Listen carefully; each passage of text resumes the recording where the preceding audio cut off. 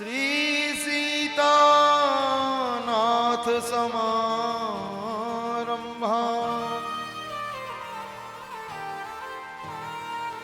श्री रामानंदार्य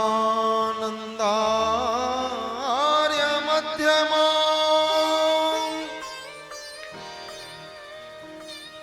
अस्मदाचार्य पर्यन्ता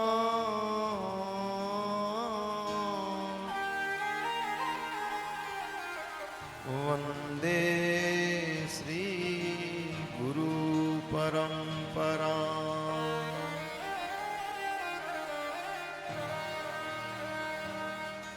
प्रहलाद नारद पराशर पुंडरीक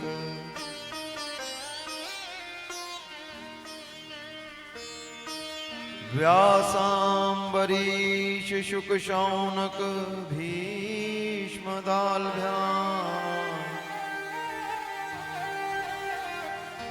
रुक्मांगदार्जुन वशिष्ठ विभीषणादि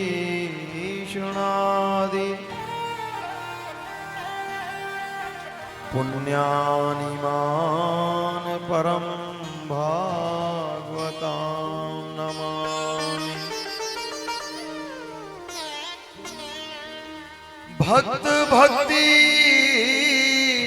भगवंत गुरु चतुर नाम बपु एक, इनके पद वंदन किए नासहीं विघ्न अनेक।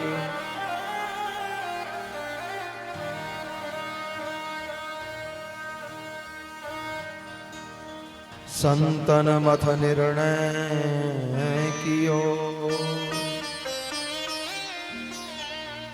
श्रुति पुराण इतिहास भजबे को दो ही सुघर कै हरि कै हरिदास। अग्रदेव आज्ञा दई भक्तन को यश गाओ, भवसागर से तरन को नाहिन आन उपाय। चार युगन में भक्त जे तिनके पद की धूरी, सर्वस्व सिर धर राखी हो मेरी जीवन मोरी। प्रियाजू आए विराजिए,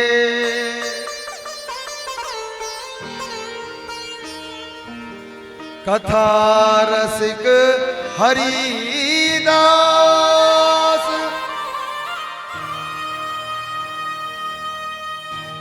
श्री राधे जू आए विराजिए, कथा रसिक हरिदास। तुम श्रोता भक्तमाल की और तुम पद रज हमदास।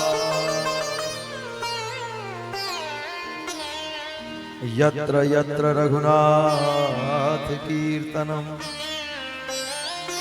तत्र तत्र कृतमस्तकाञ्जलिं वाष्पवारि परिपूर्णलोचनं मारुतिं नमत राक्षसान्तकम्। अज्ञानतिमिरान्धस्य ज्ञानञ्जन शलाकया चक्षुर्मिलितं येन तस्मै श्री गुरुवे नमः। विश्वानदेव सवितरधुरितानि परास्व यद्भद्रं तन्नेयास्व।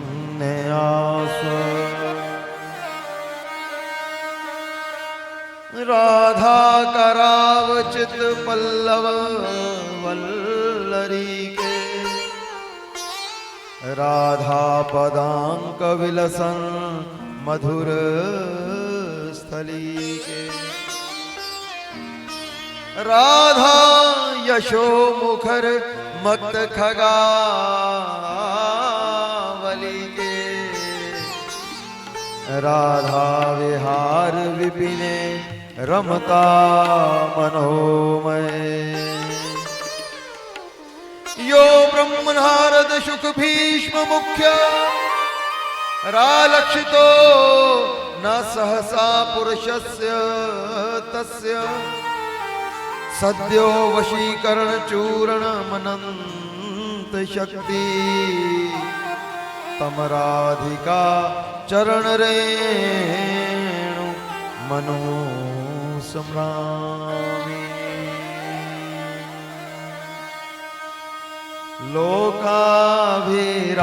लोकाभिरामं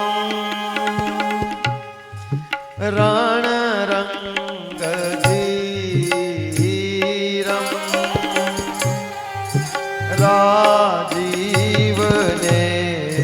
राजीवनेत्रं रघुवंशनाथं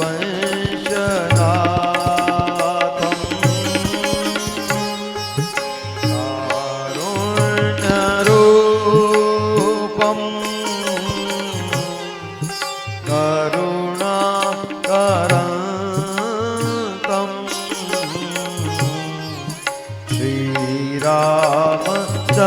श्रीरामचन्द्रं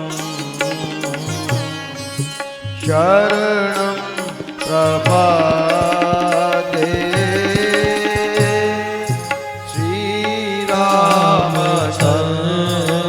श्रीरामचन्द्र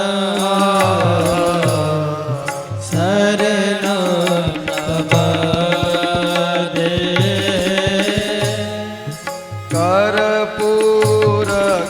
कर्पूरगौरं करुणावतारं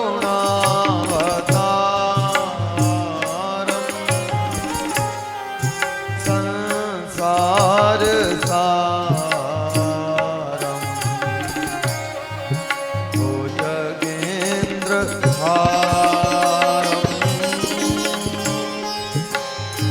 सदा वसन्तं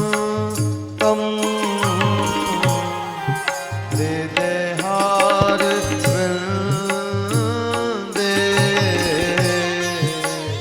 भवं भवानी सहितं नमामि। भवं भवानी सहितं नमामि। मनोजवं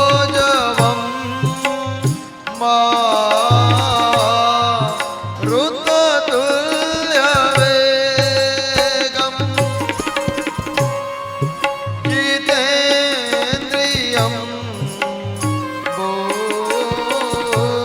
बुद्धिमतां वरिष्ठं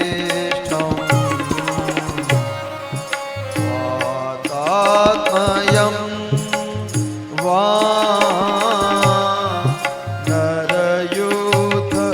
वानरयूथमुख्यं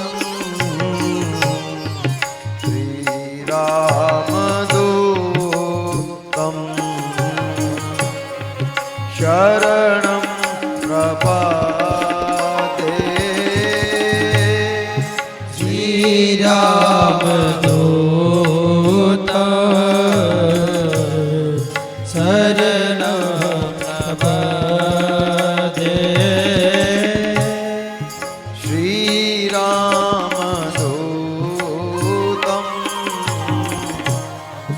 शरणं प्रपद्ये।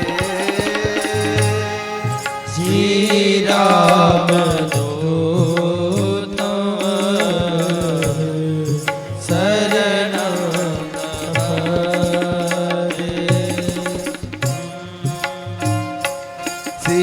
सीताराम राम राम, सीताराम राम राम, सीताराम राम राम, सीताराम राम राम, सीताराम राम राम, सीताराम राम राम, सीताराम राम राम, सीताराम राम राम,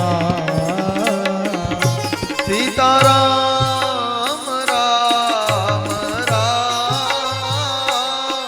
सीताराम राम राम, सीताराम राम राम, सीताराम राम राम,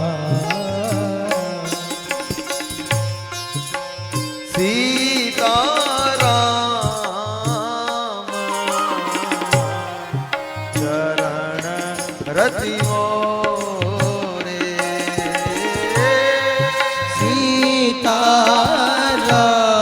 सीताराम चरण रति मोरे, अनुदिन बढ़हु अनुग्रह तोरे, अनुदीन बढ़हु अनुग्रह तोरे। रामचरितमानस की यह चौपाई गोपी भाव के दिव्य लक्ष्य को यथार्थ रूप से प्रकट करती है। त्रेता गोपी भरत तीर्थराज प्रयाग से अनुविनय कर रहे हैं कि हे तीर्थराज प्रयाग, मुझे मेरे युगल के चरणों की रति प्रदान करना और अनुदिन बढ़हु अनुग्रह तोरे। हे तीर्थराज प्रयाग, आपके अनुग्रह से मेरी युगल चरणों में अनुदिन रति बढ़ती रहे। अनु शब्द के भाव को समझिएगा। एक तो अनु शब्द का तात्पर्य है किसी का अनुपालन करना, किसी के पीछे चलना, अनु।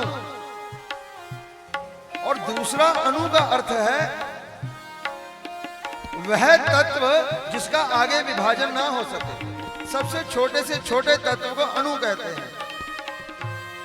और भरतलाल जी तीर्थराज प्रयाग से अनुविनय कर रहे हैं कि हे तीर्थराज प्रयाग, समय अवधि का वह छोटे से छोटा क्षण भी मेरा युगल रति के बिना ना व्यतीत होवे। मेरा छोटे से छोटा क्षण या समय सीमा की क्रमांक जो लड़ी है, एक दूसरे के पीछे चल रहा हुआ श्वास है, वो मेरे युगल की चरणों की रति का वर्धन करने वाला हो। अब भरतलाल जी तो उस समय तीर्थराज प्रयाग में थे और तीर्थराज प्रयाग से याचना कर रहे थे, लेकिन अब हम कहां हैं? इस समय हम श्री ठाकुर जी की निज सिख भूमि श्रीधाम बरसाना में हैं, जिसको प्रेम भूमि हम आप सब अनुभव करते हैं। उस प्रेम भूमि से अनुविनय कीजिए, क्योंकि यह गोपी भाव की चौपाई है। भरतलाल जी त्रेता की गोपी हैं और श्री प्रिया जी की अंतरंग चंद्रकला स्वरूप में सखी है। गोपी से सखी भाव की यात्रा की यह चौपाई है। अब श्रीधाम बरसाना से आर्त गुहार कीजिए कि हे श्रीधाम बरसाना, हमारे युगल चरणों में ऐसी रति हो जिसमें तनिक भी विरल ना हो, अविरल अविरल अविरल रति हो। एकादश स्कंद में भगवान कृष्ण उद्धव जी से कहते हैं, हे उद्धव जी, विषयान ध्यायतस चित्तम विशेषु विषज्यते। हे उद्धव जी, विषयान ध्यायतस चित्तम विशेषु विषज्यते। और भगवान कृष्ण अर्जुन से उद्धव जी से कह रहे हैं कि हे उद्धव जी, माम अनुस्मरेत चित्तम मय्येव प्रवलीयते। भगवान उद्धव जी से कह रहे हैं, उद्धव जी, माम अनुस्मरेत चित्तम मय्येव प्रवलीयते। यहां पर श्री व्यास भगवान यह भी लिख सकते थे, माम स्मरेत चित्तम, लेकिन व्यास भगवान यहां पर क्या शब्द अंकित कर रहे हैं, माम अनुस्मरेत चित्तम। बहुत ध्यान दीजिएगा, सत्संग किसी के लिए ये समय उपार्जन हो सकता है, किसी के लिए ये यशोपार्जन हो सकता है, लेकिन हमारी उपासना सत्संग है।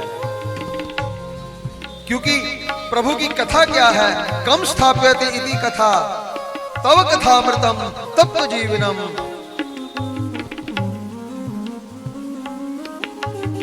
मन जी, वह कथा अमृत है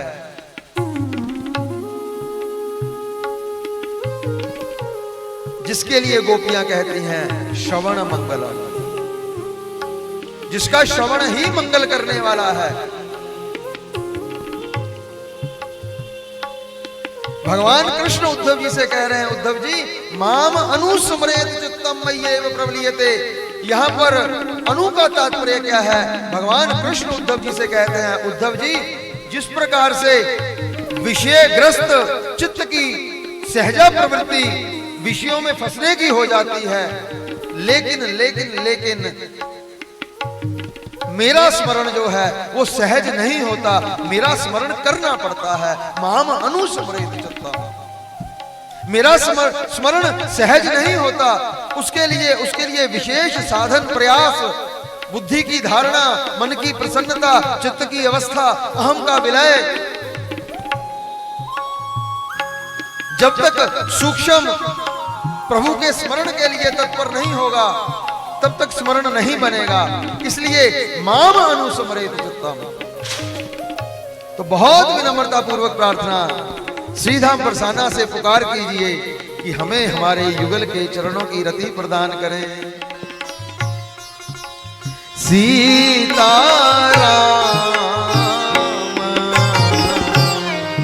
चरण रति मोरे,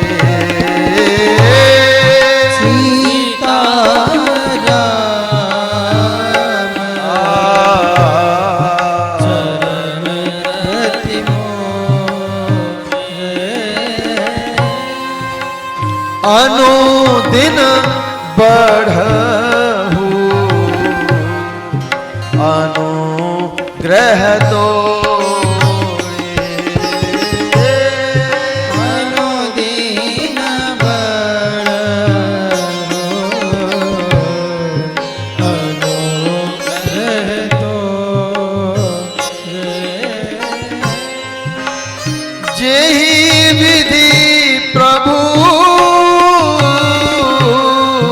प्रसन्न मन होई,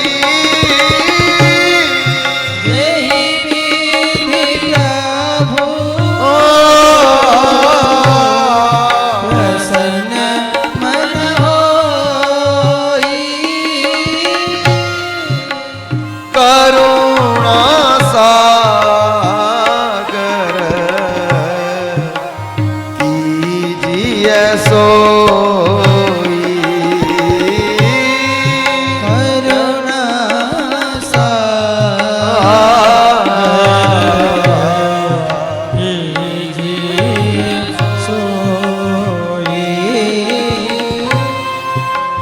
जेहि विधि होई नाथ हित मोरा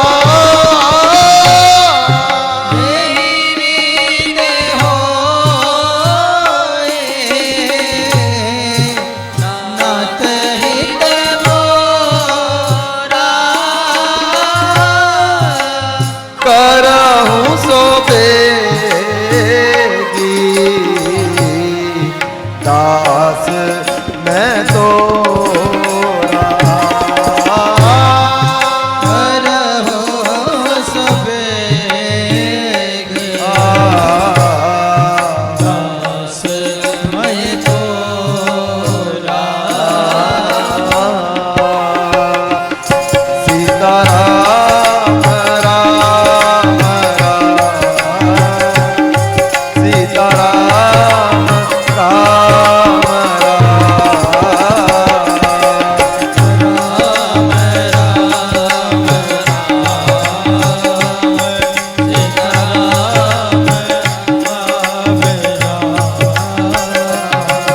सीताराम राम राम सीताराम राम राम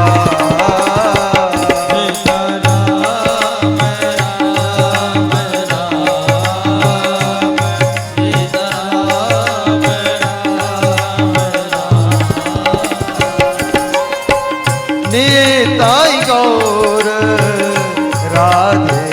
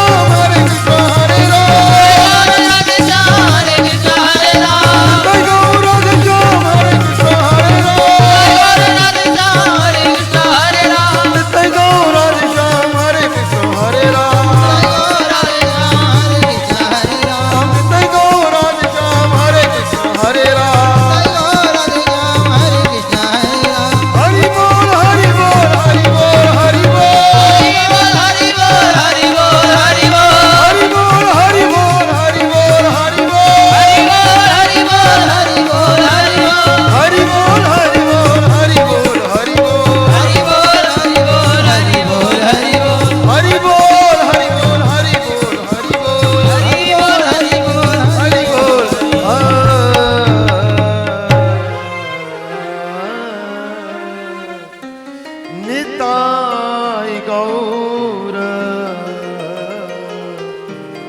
राधे श्याम, निताय गौर राधे श्याम। जप हरे कृष्णा हरे राम, जप हरे कृष्ण हरे राम।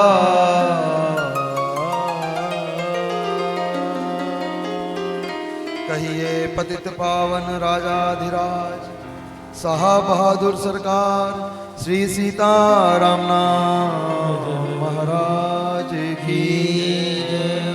कहिए पतित पावन राजाधिराज साहब बहादुर सरकार श्री सीताराम नाम महाराज की। हरि शरणम हरि शरणम हरि शरणम। श्री प्रिया जो की महती महती कृपा करुणा के फलस्वरूप हम आप सबको मानव देह धारण करने का सर्वोत्कृष्ट फल सत्संग प्रिया जो की प्रियंक श्रीधाम बरसाना में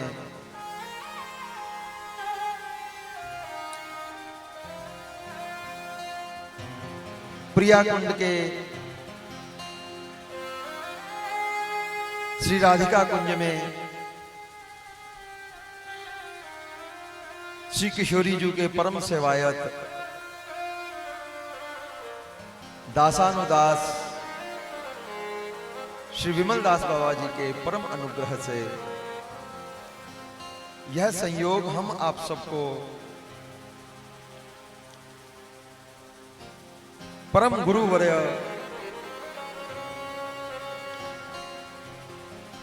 आचार्य चरण के चतुर्थ प्रिया प्रिय मिलन महोत्सव के दिव्य संयोग के अंतर्गत यह क्रम उपस्थित हो रहा है।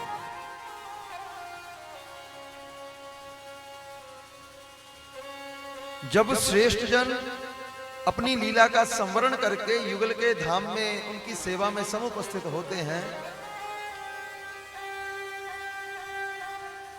उस दिन को निर्वाण पर्व कहते हैं।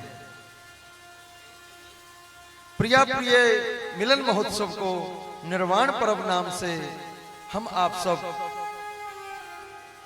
दर्शन करते हैं, क्योंकि इस पंच भौतिक देह से अपने वास्तविक स्वरूप में समुपस्थित होने का यह जो दिवस है, तो श्रेष्ठ जन संत जन अपने आचार्य जनों के इस निर्वाण दिवस को दिव्य रूप से उत्सव स्वरूप में उसका समायोजन करते हैं, और उसमें भी विशेष रूप से भगवत नाम और भगवत कथा का दिव्य दिव्य क्रम, क्योंकि इन्हीं से उन्होंने निर्वाण को प्राप्त किया है, और इन्हीं क्रमों का आश्रय लेकर हम आप सब भी उस निर्वाण पद के अधिकारी हो जावें,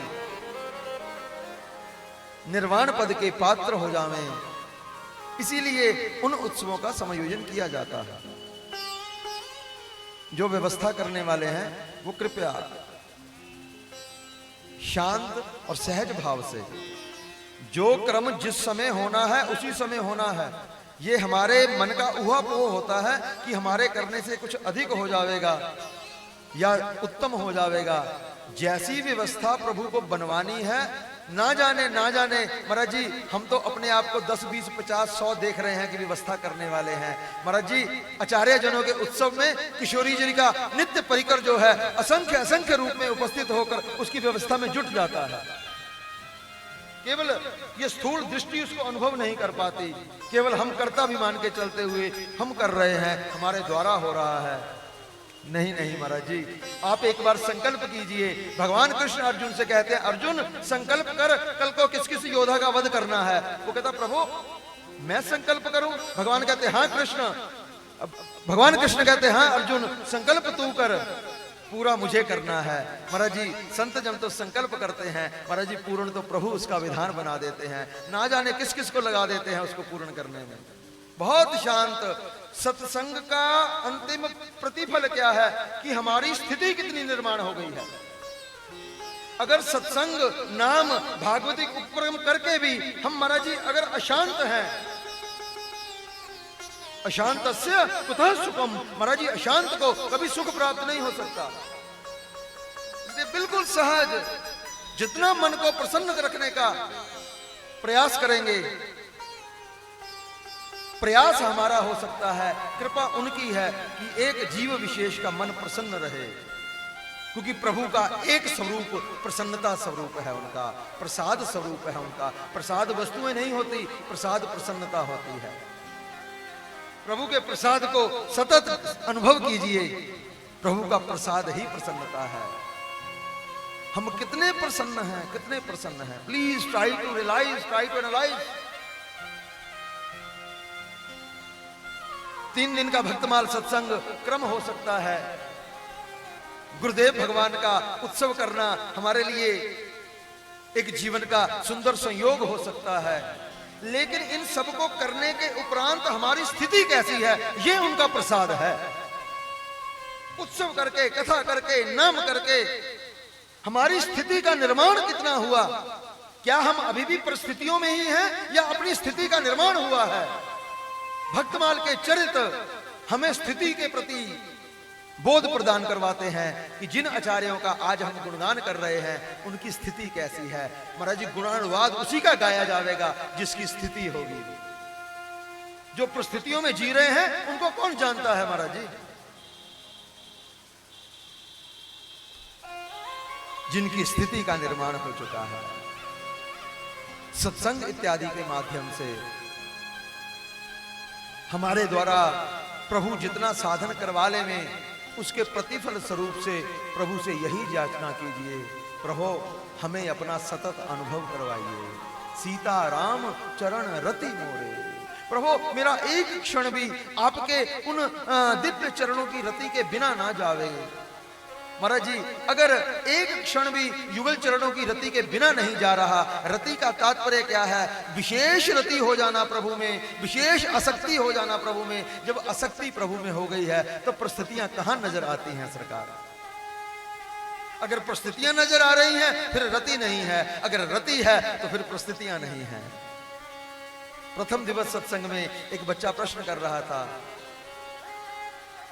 कि महाराज जी मैं अपने घर में श्री ठाकुर जी की सेवा करता हूं और मेरे घर के कुछ सदस्य जूते चप्पल लेके वहां पर आ जाते हैं तो मन कलुषित होता है। बच्चा जो जूते चप्पल लेके आ रहे हैं उनमें भी वही प्रभु विराजमान है।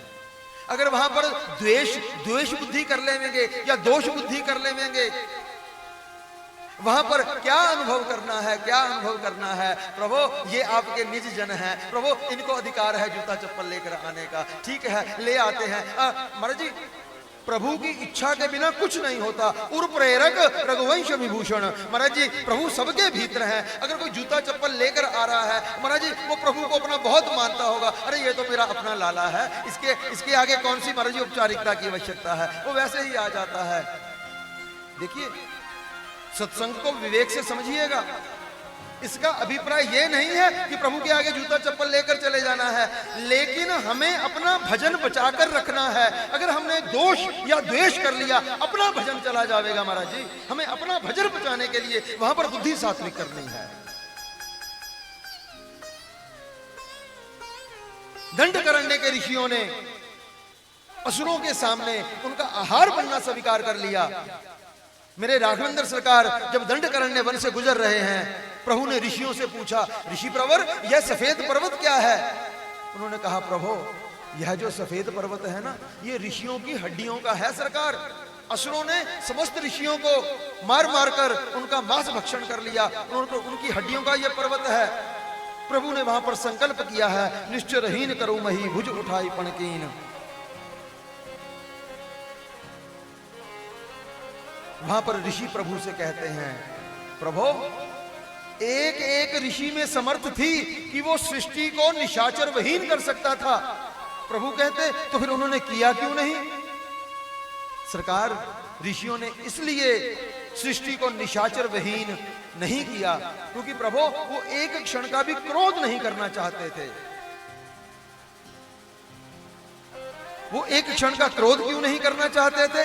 प्रभु एक क्षण का क्रोध करने से ना जाने कितने जन्म का भजन चला जाता है। सरकार, ऋषियों ने असुरों के सामने उनका आहार बनना स्वीकार कर लिया, लेकिन एक क्षण का क्रोध करके अपना भजन व्यर्थ करने का विचार नहीं किया।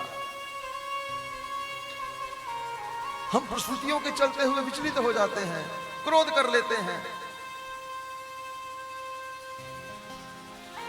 हम इसी भाव का दर्शन श्री गदाधर भट्ट जी के चरित्र में कर रहे हैं।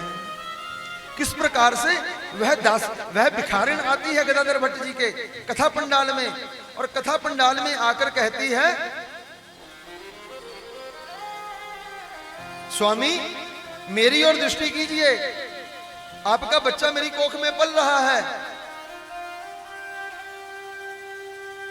है तो ये सारा प्रपंच नाटक रचा गया है उस धराहोरा ग्राम की राजपूत की पत्नी के द्वारा।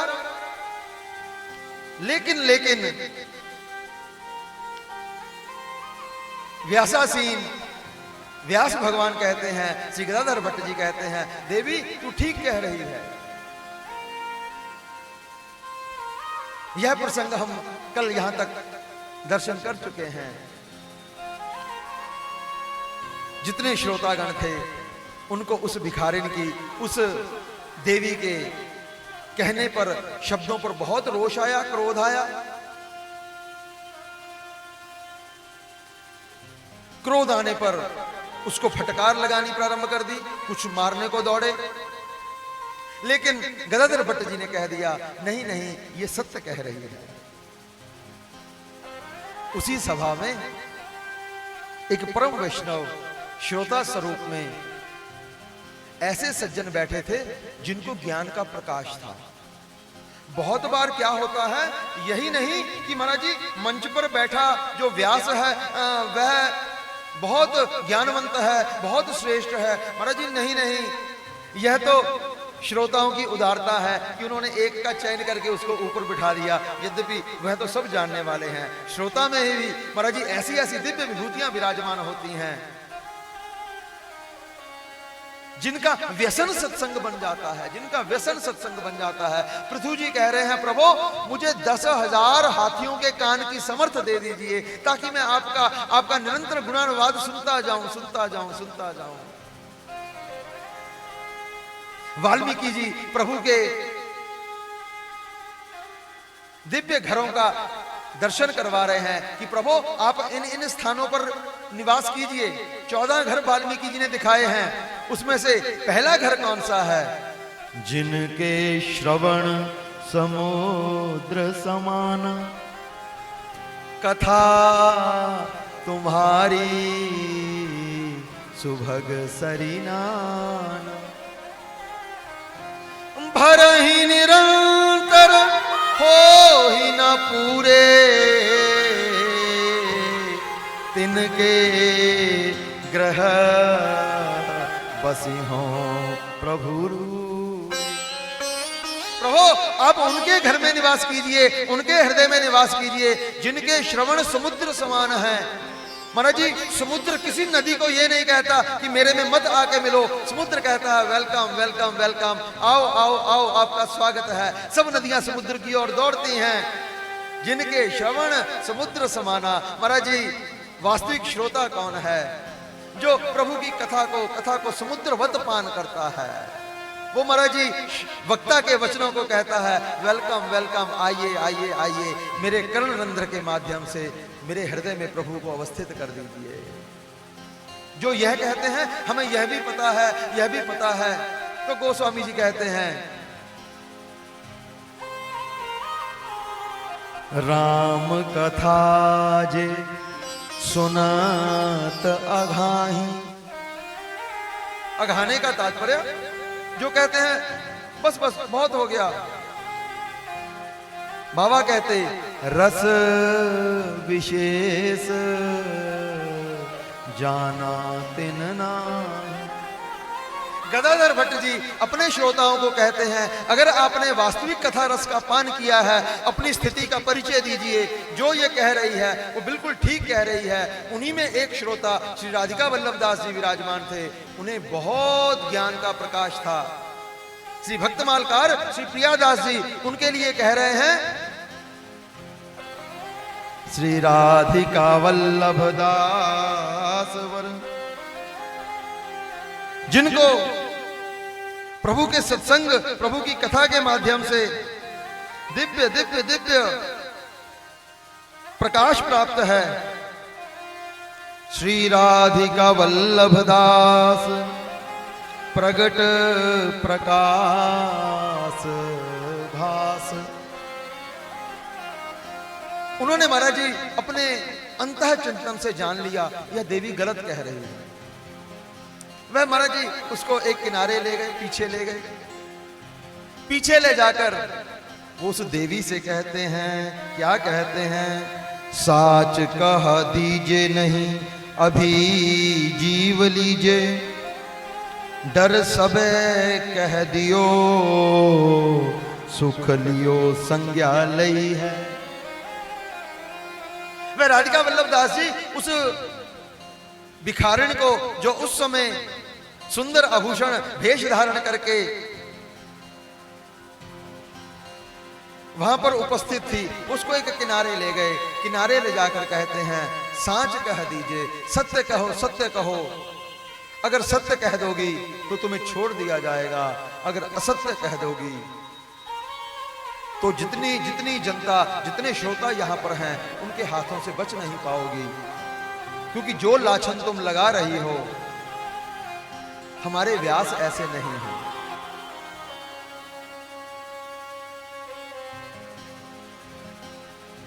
तो महाराज जी राधिका वल्लभ दास जी की उस वाणी को श्रवण करके प्रियादास जी कहते हैं, डर सब कह दियो सुख लियो संज्ञा। मतलब डर के उसने सब सत्य कह दिया कि इस प्रकार से मुझे धराहोरा नाम के राजपूत की पत्नी ने किस प्रकार से लोभ देकर यहां पर भेजा है। महाराज जी प्रियादास जी कहते, जब उसने इतना कहा तब सबकी जान में जान आई। क्योंकि महाराज जी बहुत जो होते हैं ना, किसी के गुण सुनकर उनके प्रति श्रद्धा बना लेते हैं और अवगुण सुनकर श्रद्धा बिगाड़ लेते हैं। अब यहां पर एक बात और आपको सत्संग के माध्यम से स्पष्ट करते चलें। अगर हम प्रश्न करें आपसे तो कृपया करके बताइए, श्रद्धा बुद्धि का विषय है या श्रद्धा हृदय का विषय है?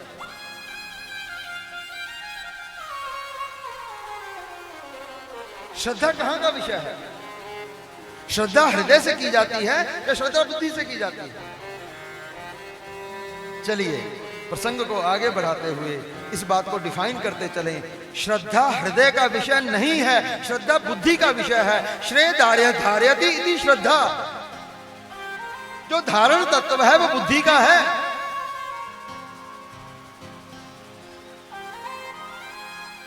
जब हम एक धारणा बना लेते हैं तब महाराज जी कोई कुछ कहता रहे, फिर उसमें अंतर नहीं आता। कुछ अल्पमति वाले थे जो गुण देखकर किसी की में महाराज जी श्रद्धा बना रहे थे, अब गुण देखकर बिगाड़ रहे थे। जैसे ही उस देवी ने कहा, कुछ की श्रद्धा बिगड़ गई। प्रियादास जी कहते, जैसे ही उसने उल्लेख किया, नहीं नहीं मैं तो कुछ राशि के लोभ में आकर मैंने ये नाटक किया, तो महाराज जी प्रियादास जी कहते सबकी जान में जान आई। ओहो ओहो ओहो, हमारे जो व्यास भगवान हैं वह तो उनकी करनी ऐसी है, उनका जीवन ऐसा है, उनका चरित्र ऐसा है। प्रियादास जी यहां पर एक दिव्य भाव अंकित करते हैं। उस देवी के वचन सुनकर वह जो राजपूत थे जिनकी पत्नी ने यह कृत्य किया था, महाराज जी वह तलवार लेकर दौड़े उस भिखारिण स्वरूप में उस युवती का वध करने के लिए। लेकिन आचार्याचरण ने पुनः महाराज जी उनको समझाया है। प्रियादास जी कहते, काड़ तलवार तिया मार वे कल्याण गयो। उन राजपूत का नाम कल्याण सिंह था। कार तलवार तिया मारवे कल्याण गयो। तो महाराज जी तब दयो प्रबोध हमें करी दया नहीं है। देव प्रबोध, उन्होंने प्रबोध प्रदान किया। कल्याण सिंह, सत्संग हमें यह मति नहीं देता कि किसी का वध किया जावे। तो प्रभु, इसने इतना अपराध किया है, आपके प्रति दुर्भाव प्रसारित करने का प्रयास किया है। आहा, बलिहारी बलिहारी बलिहारी। सत्संग जिसके भीतर घर कर जाता है, जिसका जीवन सत्संग हो जाता है, उनकी दिशा का दर्शन कीजिए कैसी है। श्री गदाधर भट्ट जी क्या कह रहे हैं? हमें करी दया नहीं है। इसने आज हम पर नवीन दया की है। नवीन दया? कैसे नवीन दया की प्रभु? कल्याण सिंह, तुम नहीं अनुभव कर पाओगे। महाराज जी, जो जीव प्रभु का नाम, प्रभु की कथा, प्रभु का स्वरूप, प्रभु का वेश धारण कर लेता है, उसका सम्मान समाज में बढ़ जाता है। सब लोग उसको प्रणाम, माला, तिलक, चंदन करने लग जाते हैं।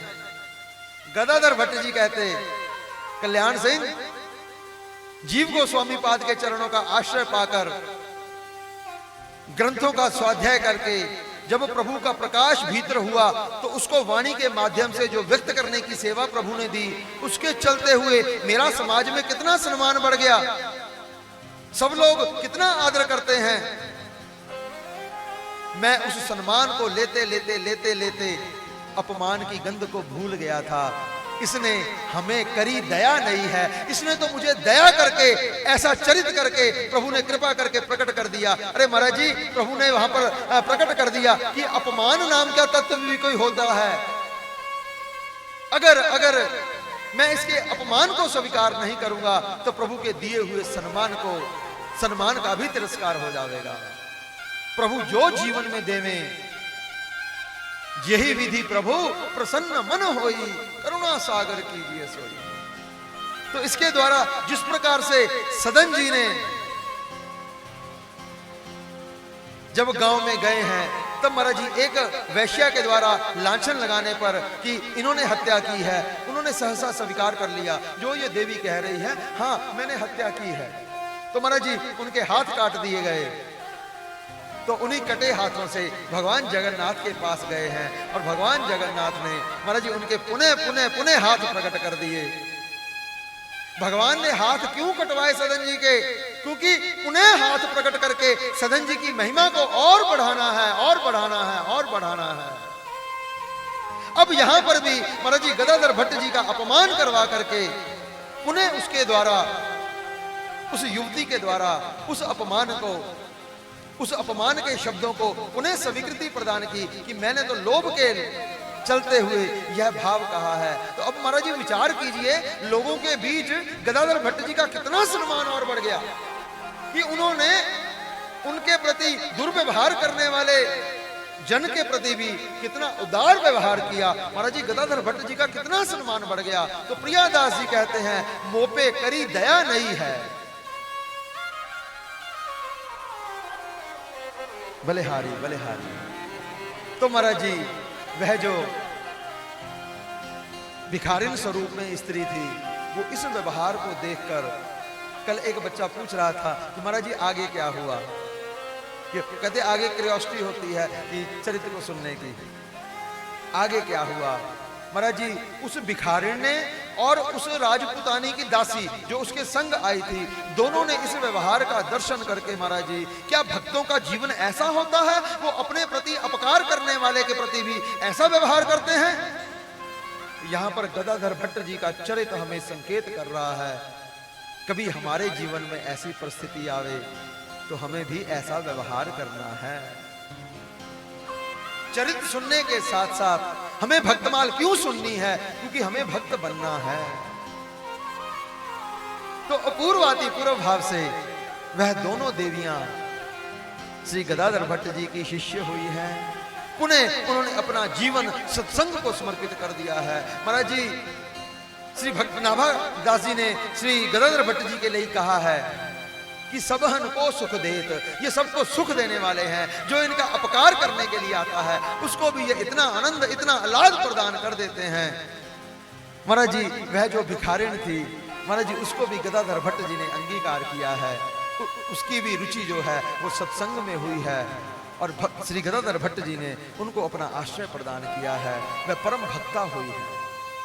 तो इस चरित्र को प्रियादास जी कहकर श्री गदाधर भट्ट जी के चरित्र को और आगे बढ़ाते हैं। श्री गदाधर भट्ट जी का दैनिक क्रम है श्रीमद् भागवत के माध्यम से, सत्संग के माध्यम से प्रतिदिन कथा गाना। एक दिन श्री गदाधर भट्ट जी कथा गा रहे थे, वहां पर दूर एक गांव के एक महंत आए। क्योंकि हमारे पास समय की बहुत सीमा है, आज व्यवस्था स्वरूप में प्रभु कुछ विलंब से प्रकट हुए है, तो ये प्रभु ही महाराज जी व्यवस्था स्वरूप में कुछ विलंब से आए। अरे महाराज जी परम स्वतंत्र न सिर पर कोई, नारद जी कहते हैं प्रभु आप स्वतंत्र हैं, आपके सिर पर कोई नहीं है, आप जैसे चाहे अपनी व्यवस्था बनाते हैं। अब प्रभु व्यवस्था स्वरूप में कुछ विलंब से आए तो महाराज जी कौन उनको कहे, तो वो जब आए तभी उनका स्वागत है। तो उसके चलते हुए हमारे पास समय की सीमा है, हमें केवल 1.5 घंटा सत्संग गाने की आज्ञा प्राप्त हुई है। महाराज जी 1.5 घंटा तो बहुत है। एक घड़ी आधी घड़ी, आधी ते पुनियाद, तुलसी संगत साध की, कटे कोटि अपराध।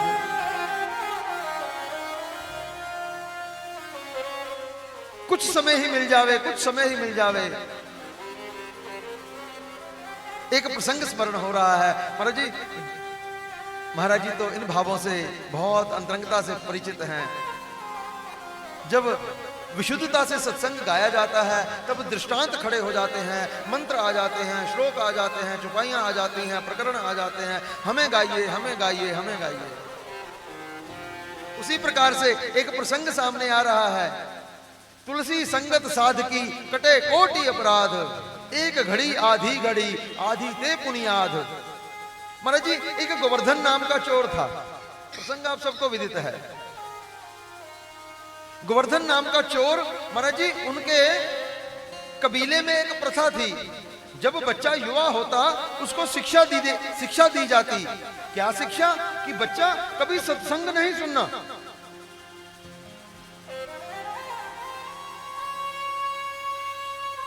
एक दिन वो गोवर्धन नाम का चोर राज दरबार में रानी का हार चुराकर भागा।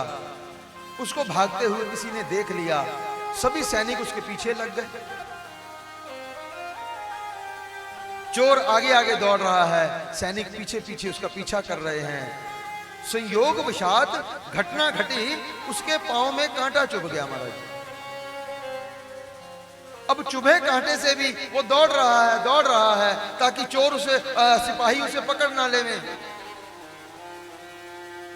लेकिन जब उस कांटे की वेदना जो थी वो इतनी तीव्र हो गई, इतनी बढ़ गई, महाराज जी वो कांटा निकालने के लिए एक स्थान पर बैठ गया। जिस स्थान पर बैठा वो दिव्य रूप से एक देवालय था और देवालय में सत्संग चल रहा था। वो दिव्य रूप से देवालय के बाहर बैठा और देवालय में सत्संग चल रहा था और वेदना इतनी बढ़ गई कि एक कदम चल नहीं सकता। अब क्या कर रहा है? अब महाराज जी जब सुना कि सत्संग चल रहा है तो दोनों कानों में उंगली डाल ली कि सत्संग नहीं सुनना। लेकिन वेदना इतनी बढ़ गई कि महाराज जी कांटा निकालने के लिए पुनः तत्पर हो रहा है। अब कांटा निकालने के लिए महाराज जी एक उंगली कान में, एक उंगली कांटा निकालने के लिए, जैसे ही एक उंगली कान में है दूसरी उंगली से कांटा निकाल रहा है। इतनी देर में कुछ शब्द उसके कान में पड़ गए। जब जीव की दीक्षा हो जाती है तब उसका नया जन्म हो जाता है।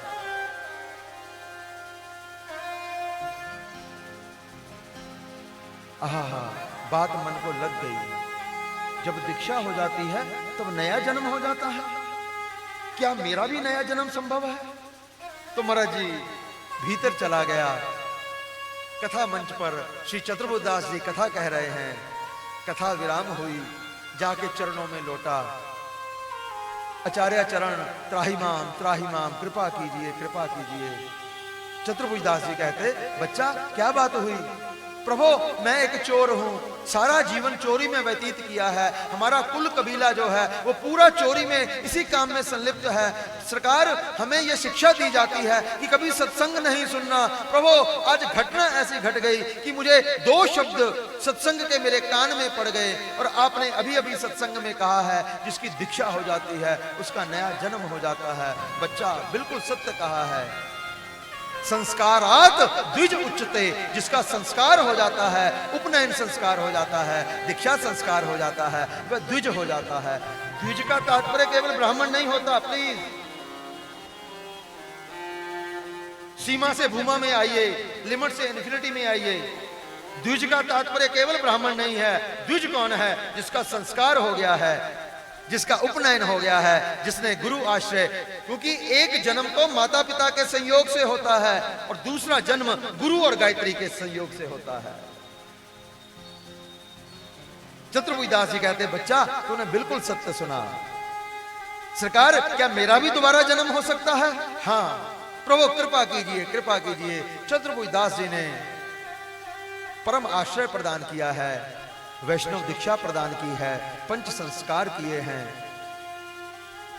गोपाल मंत्र की दीक्षा प्रदान की है। बलिहारी बलिहारी बलिहारी। अब से महाराज जी उस गोवर्धन का नया जन्म हो गया। इतने में महाराज जी राजा के सैनिक पीछा करते करते उस कथा पंडाल में आ गए। महाराज जी क्या देखते हैं? चतुर्भुज दास जी के चरणों में वही व्यक्ति बैठा है। कहा, संत भगवान ये चोर है, चोर है, इसने चोरी की है, ये रानी का हार चुरा के भागा है, हम इसको पकड़ कर ले जा रहे हैं। गुरुदेव कहते, चतुर्भुज दास जी कहते, भाई हमने हमारा काम कर दिया, अब आप जानो आपका काम जाने। गोवर्धन दास जी को पकड़कर राजा साहब के सामने समुपस्थित किया गया। राजा साहब कहते, चोर तूने चोरी की है? गोवर्धन जो नाम का चोर है वो कहता, राजा साहब मैंने इस जन्म में चोरी नहीं की।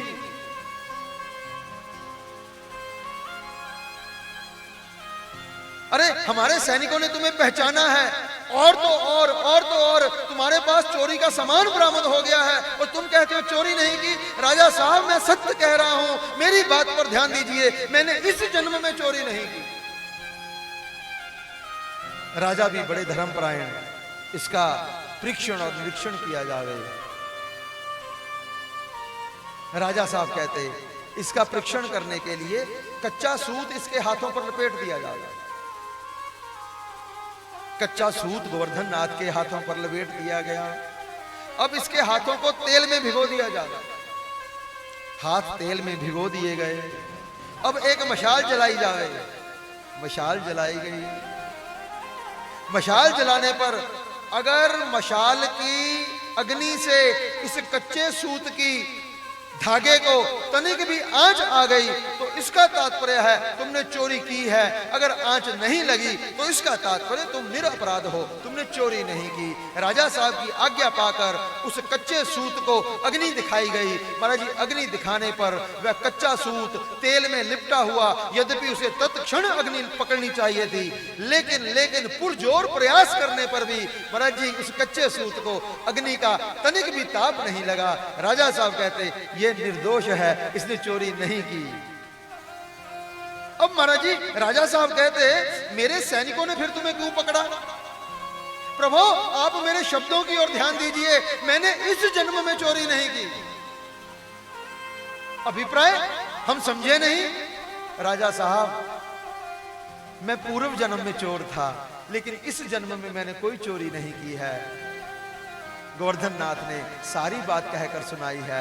सरकार सत्संग का एक शब्द कान में पड़ा था, उस सत्संग के पड़े हुए शब्द के चलते हुए मैंने गुरु चरणों का आश्रय ग्रहण किया है और गुरुदेव ने कहा कि उसके उपरांत तुम्हारा नया जन्म हो गया है। संस्कारात द्विज उच्चते, तुम्हारा दूसरा जन्म हो गया है, तुम द्विज हो गए हो। सरकार जब से मैंने दीक्षा ली है मेरा दूसरा जन्म हुआ है, मैंने उस जन्म में चोरी नहीं की। बलिहारी बलिहारी बलिहारी। राजा साहब कहते दूसरे जन्म का इतना प्रभाव होता है, तो मैं भी जाकर उन आचार्य से द्विज होने का प्रयास प्रार्थना करता हूं। राजा भी जाकर चतुर्भुज दास जी के चरणों में लोटा है। तो महाराज जी, एक घड़ी आधी ते पुनियाद, तुलसी संगत साधकी कटे कोटि अपराध। भक्तमाल यही हमें पुनः महाराज जी इन्हीं भावों के लिए संकेत कर रही है। आचार्य जनों का जैसा जीवन है, उनके जीवन को दर्शन करके उसका क्षणिक आचरण करने का प्रयास कीजिए। किस प्रकार से अपना अपकार करने वाले के प्रति भी सद्भाव रखा जाता है, उसका भी सम्मान किया जाता है। क्योंकि महाराज जी, ये साधारण जनों की प्रवृत्ति है कि किसी में दोष दर्शन करना। आपको सिद्धांत की बात कहते हुए चले, हमें दोष कब दिखाई देगा? दोष हमें तब दिखाई पड़ता है जब हमें उससे पहले अपना गुण दिखाई पड़ने लग जाता है। बहुत अंदर की बात। कहीं पर भी आपको दोष दिखाई पड़े तो इसका विशुद्ध अभिप्राय है हमारे भीतर अपना गुण जागृत हो गया है, तब हमें वहां दोष दिखाई पड़ रहा है। अगर अपना गुण नहीं दिख रहा तो सामने दोष नहीं दिखाई पड़ेगा। यह बिल्कुल सिद्धांत है। आप अपने आप को, अपनी भावना को, अपने विचार को, अपनी क्रिया को श्रेष्ठ मानेंगे, तब दूसरे की क्रिया के, दूसरे के विचार की निंदा करेंगे। नहीं तो दोष दिखाई नहीं पड़ेगा। जब हमें अपना विचार श्रेष्ठ लगता है, अपनी क्रिया श्रेष्ठ लगती है, अपनी व्यवस्था श्रेष्ठ लगती है, तब हमें दूसरे की व्यवस्था छोटी लगती है, दूसरे का विचार छोटा लगता है, दूसरे की क्रिया छोटी लगती है।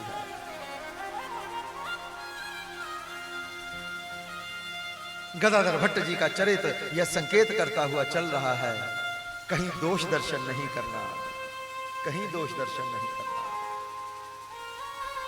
ये बहुत बड़ी उपलब्धि है साधक की, बहुत बड़ी उपलब्धि है। अत्रि और अनसुईया जी के वहां पर राघवेंद्र सरकार जाते हैं, बिन बुलाए जाते हैं। अनसुईया का क्या अर्थ होता है? जिसकी असूया वृत्ति नहीं है। असूया वृत्ति किसको कहते हैं? दूसरे में जो दोष देखे उसको असूया कहते हैं। अत्रि जी की पत्नी कौन है? वो अनसुईया है। वो दूसरे में दोष देखती ही नहीं, वो दूसरे में गुण देखती है। जो दूसरे में गुण देखने लग जाता है वो प्रभु को बहुत बहुत बहुत प्रिय हो जाता है। पकड़िएगा बात को। हम तो 15-20 मिनट में प्रसंग को विराम करके चलेंगे, लेकिन सत्संग की बात अगर कोई हृदय में आ गई तो जीवन बनते देर नहीं लगेगी। हमारा कहकर और आपका सुनकर। प्रयास अभ्यास बनाइए, प्रयास नहीं करना, क्योंकि प्रयास बहुत बार सफल होते हैं, बहुत बार विफल होते हैं। हमें अभ्यास करना है। अभ्यास इंच कौंतेय, सतत अभ्यास करना है, सतत अभ्यास करना है कि हम दूसरों के गुण दर्शन करें। जहां पर भी दोष दर्शित होवे वहां पर प्रभु से प्रार्थना कीजिए, प्रभु से पुकार कीजिए, प्रभु मुझे दोष दिखाई पड़ रहा है, इसका अभिप्राय है मेरे भीतर गुण आ रहा है, गुण का अहम आ रहा है। सरकार इस गुण के अहम को विराम कीजिए, गुण के अहम को विराम कीजिए। प्रभु के चरणों में आर्त गुहार कीजिए, आर्त गुहार कीजिए।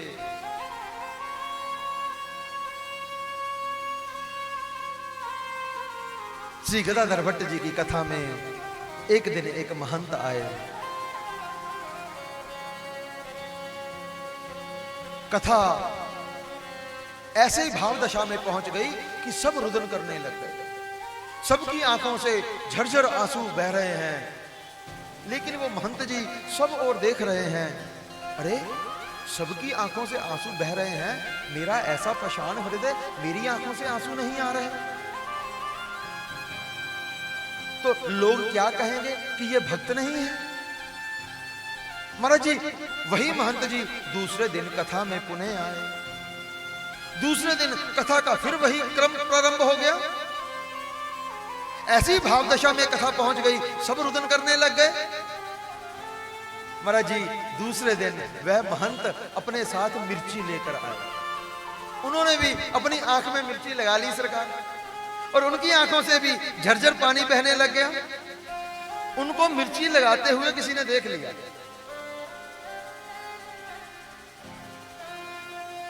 और जब कथा विराम हुई तो गदाधर भट्ट जी से जाकर किसी ने कहा, सरकार, यह जो महंत स्वरूप में यह जो सज्जन बैठे हैं ना, ये बड़े दंभी हैं।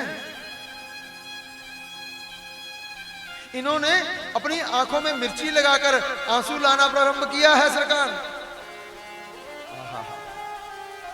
गदाधर भट्ट जी अनसूया प्रवृत्ति के हैं, वो किसी का दोष देखते ही नहीं हैं। जैसे ही उनको यह पता चला एक व्यक्ति के माध्यम से कि इन्होंने अपनी आंखों पर मिर्ची लगाकर आंसू लाने का प्रयास किया है, महाराज जी व्यास मंच से कूदे हैं गदाधर भट्ट जी और उस सज्जन को जाकर, उन महंत जी को जाकर आलिंगन कर लिया। आचार्य चरण, मुझे अपने चरणों की धूल प्रदान कीजिए, धूल प्रदान कीजिए। सरकार, मेरे भीतर कभी ऐसा भाव नहीं आया कि जो आंखें रुदन ना करें उनको दंड दिया जावे। अरे आपने आंखों में मिर्ची लगाकर आंखों को दंड दिया है। सरकार, मेरे पर भी कृपा कीजिए, जब जब मेरी आंखों से आंसू ना आवे तो मैं भी इनको दंडित करूं। सरकार, धन्य है आप, धन्य है आप, धन्य है आप। महाराज जी जैसे ही गदाधर भट्ट जी ने उन महंत जी का आलिंगन किया, प्रेम स्पर्श पाते ही उनके नेत्रों से झरझर आंसू बहने लग गए। महाराज जी गदाधर भट्ट जी ने कृपा पाने के चलते हुए कृपा प्रदान की है। ऐसा गदाधर भट्ट जी का जीवन है, ऐसा गदाधर भट्ट जी का जीवन है। आहा, हम श्री हनुमान प्रसाद पदार भाई जी और श्री राधा बाबा के चरित्र का दर्शन करते हैं। किस प्रकार से भाई जी ने श्री राधा बाबा के चरण स्पर्श करके उन पर कृपा कर दी। कृपा सर पर हाथ रखकर तो की जाती है, कृपा स्पर्श करके तो की जाती है, कृपा शब्दों के माध्यम से की जाती है, कृपा उशिष्ट देकर की जाती है, कृपा नेत्रों के द्वारा की जाती है, लेकिन चरणों को हाथ लगाकर कृपा करते हुए भाई जी और राधा बाबा के चरित्र में पहली बार दर्शन होता है कि चरणों को हाथ लगाकर भी कृपा की जाती है। हनुमान प्रसाद पदार भाई जी ने राधा बाबा के चरणों को हाथ लगाकर कृपा की है। हम तो सत्संग माध्यम से इतनी बात ही कहेंगे, सब और प्रभु की कृपा वर्षित हो रही है, सब और प्रभु की कृपा वर्षित हो रही है। केवल अनुभव करने का प्रयास बढ़ाइए, अनुभव करने का प्रयास बढ़ाइए। आज हम सुबह ठाकुर जी को बाल भोग लगा रहे थे, तीसरी बार ये बात सुना रहे हैं हम। पहली बार अपने परिकर के संजय जी को सुनाई, दूसरी बार रघुनंदन जी को सुनाई, तीसरी बार अब सुना रहे हैं। प्रति क्षण कृपा को अनुभव कीजिए, प्रति क्षण कृपा को अनुभव कीजिए। आज हम ठाकुर जी को बाल भोग लगाने लगे। बाल भोग में ठाकुर जी अपने सन्मुख जितनी सामग्री रखवाते हैं नियमित, उतनी ही सामग्री रखने लगे। तो महाराज जी जब अंतिम सामग्री रखने लगे तो उसके कुछ कण जो थे वो आसन पर बाहर गिर गए। तो हमने आसन से वो कण उठाए और उसमें डाल दिए, सामग्री में डाल दिए। लेकिन दूसरे ही क्षण विचार आ गया, अगर हम प्रसाद पाने बैठे और हमें कोई पुरसाई कर रहा होवे तो हमारे पुरसाई करते करते अगर कोई कण बाहर गिर जावे आसन पर, तो अगर कोई उठाकर आसन से वो पुनः महाराज जी सामग्री में रख देवे तो हम कहेंगे अरे ये आसन से उठाकर रखा, नहीं रखना चाहिए। तो हमने उस सामग्री को ऐसा भाव आने पर हटा दिया।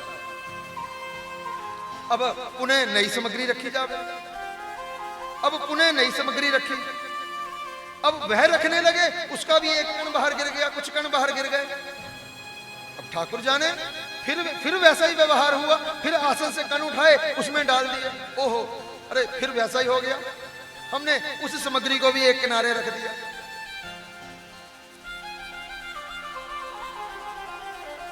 हमने कहा ठाकुर जी अब आपकी इच्छा, जितनी सामग्री रख दी है उतनी ही पाइए। अब ये सामग्री हम अलग किए लेते हैं। हमने उस सामग्री को अलग कर लिया। इतने में बाल भोग की सूचना आ गई कि बाल भोग ले आइए। बाल भोग आ गया। अब बाल भोग तो ठाकुर जी के लिए और ठाकुर जी का प्रसाद अपने राम के लिए, इतना ही बाल भोग था। अब इन सब के लिए व्यवस्था आ गई कि आप वहां बाल भोग कीजिए। तो कहां तक कहें, कृपा को अनुभव कीजिएगा। हमने इन सज्जनों से कहा, ठाकुर जी ने ये सामग्री हमारे लिए अलग करवाई थी कि अब एक नहीं 3 लोग हो जाएंगे पाने वाले। अरे जो बाल भोग केवल ठाकुर जी के लिए आया है वह कम पड़ेगा, अब महाराज जी 3 लोग पाने वाले हैं। तो ठाकुर जी ने पहले व्यवस्था करवा दी महाराज जी, उस सामग्री को अलग करवाकर। प्लीज कृपा को अनुभव कीजिएगा। ठाकुर सतत आपको अनुभव करवाते हैं, लेकिन अभाव कहां पर आ जाता है? अभाव अपने अनुभव में आ जाता है। हम प्रभु की कृपा को अनुभव नहीं करते। बस ट्राई टू रियलाइज, प्रति क्षण प्रभु हमारे इर्द गिर्द हैं। हमारे पंजाब में गुरबाणी का गायन किया जाता है, वहां गुरबाणी में एक शब्द आता है, ताती वाओ न लागई पार ब्रह्म शरणाय। चौगिर्द हमारे राम का दुख लगे ना भाई। चौगिर्द हमारे राम का, प्रभु जो मेरे प्रभु का जो पसार है, प्रभु का संरक्षण है, प्रभु का चक्र है, वो चारों तरफ हमारे चल रहा है। केवल अनुभव कीजिए, अनुभव कीजिए, जिस प्रकार से अमरीश के राज्य की रक्षा प्रभु का चक्र कर रहा है। दुर्वासा जी ने कृत्या को प्रकट किया है। अनुभव कीजिए, अनुभव कीजिए। शरणागति के 6 लक्षण हैं। अनुकूलस्य संकल्पः, प्रतिकूलस्य वर्जनम। तीसरा लक्षण है रक्षति इति विश्वासो। प्रभु हमारे रक्षक हैं, इस बात को सतत अनुभव कीजिए।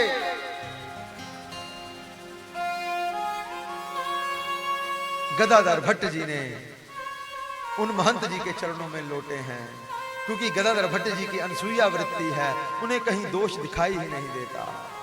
आचार्य आचरण मुझ पर कृपा कीजिए, कृपा कीजिए, कृपा कीजिए।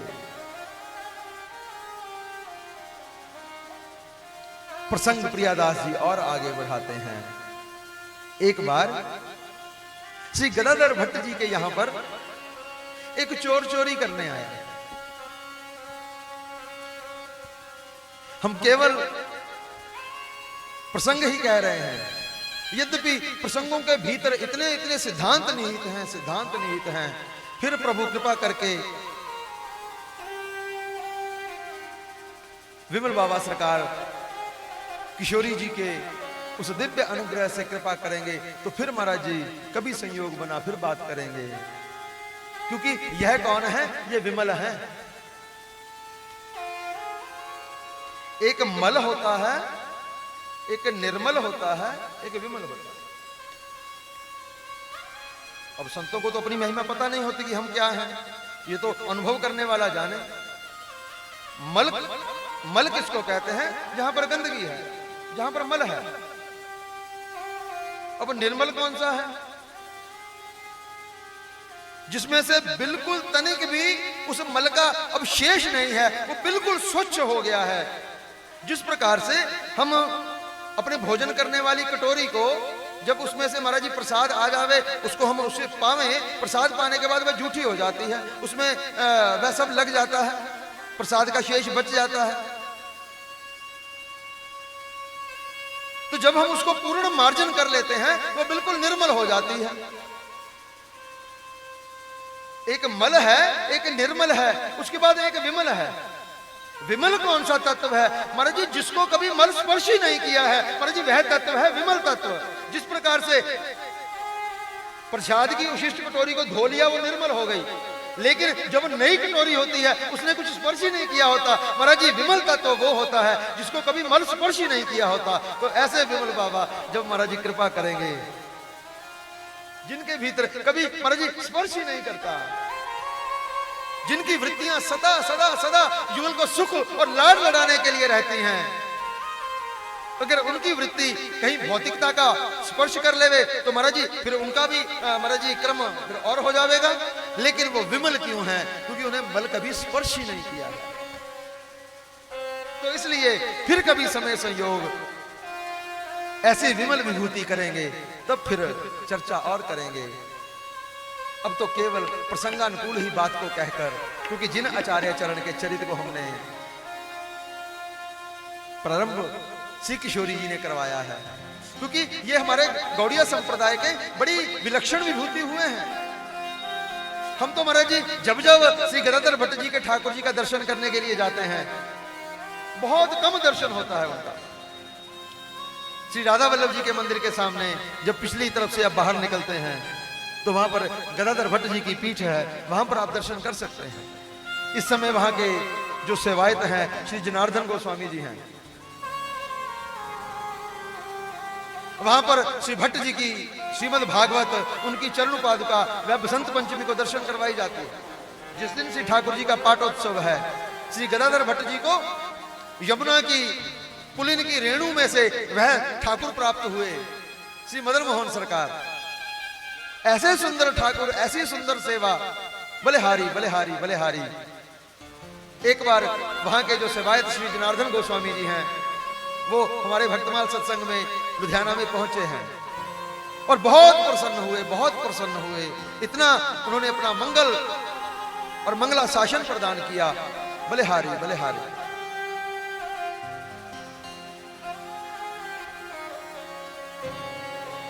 गदाधर भट्ट जी की कुटिया में एक दिन एक चोर आ गया। अपूर्व भाव से प्रियादास जी दर्शन करवाते हैं। प्रियादास जी कहते, आयो एक चोर घर संपत्ति बटोर गांठ, बांध लई मोरी क्यों उठे नहीं भारो है। आए के उठाए दई देखी इन रीति नहीं, पूछियो नाम प्रति भई भलो मैं विचारो है। बोले आप ले पधारो होत ही सवारो आवे, और 10 गुणी मेरे तेरी यह जारी है। प्राणन को आगे धरो आने के उपाय करो, रहे समुझाए भयो शिष्य चोरी तारी है।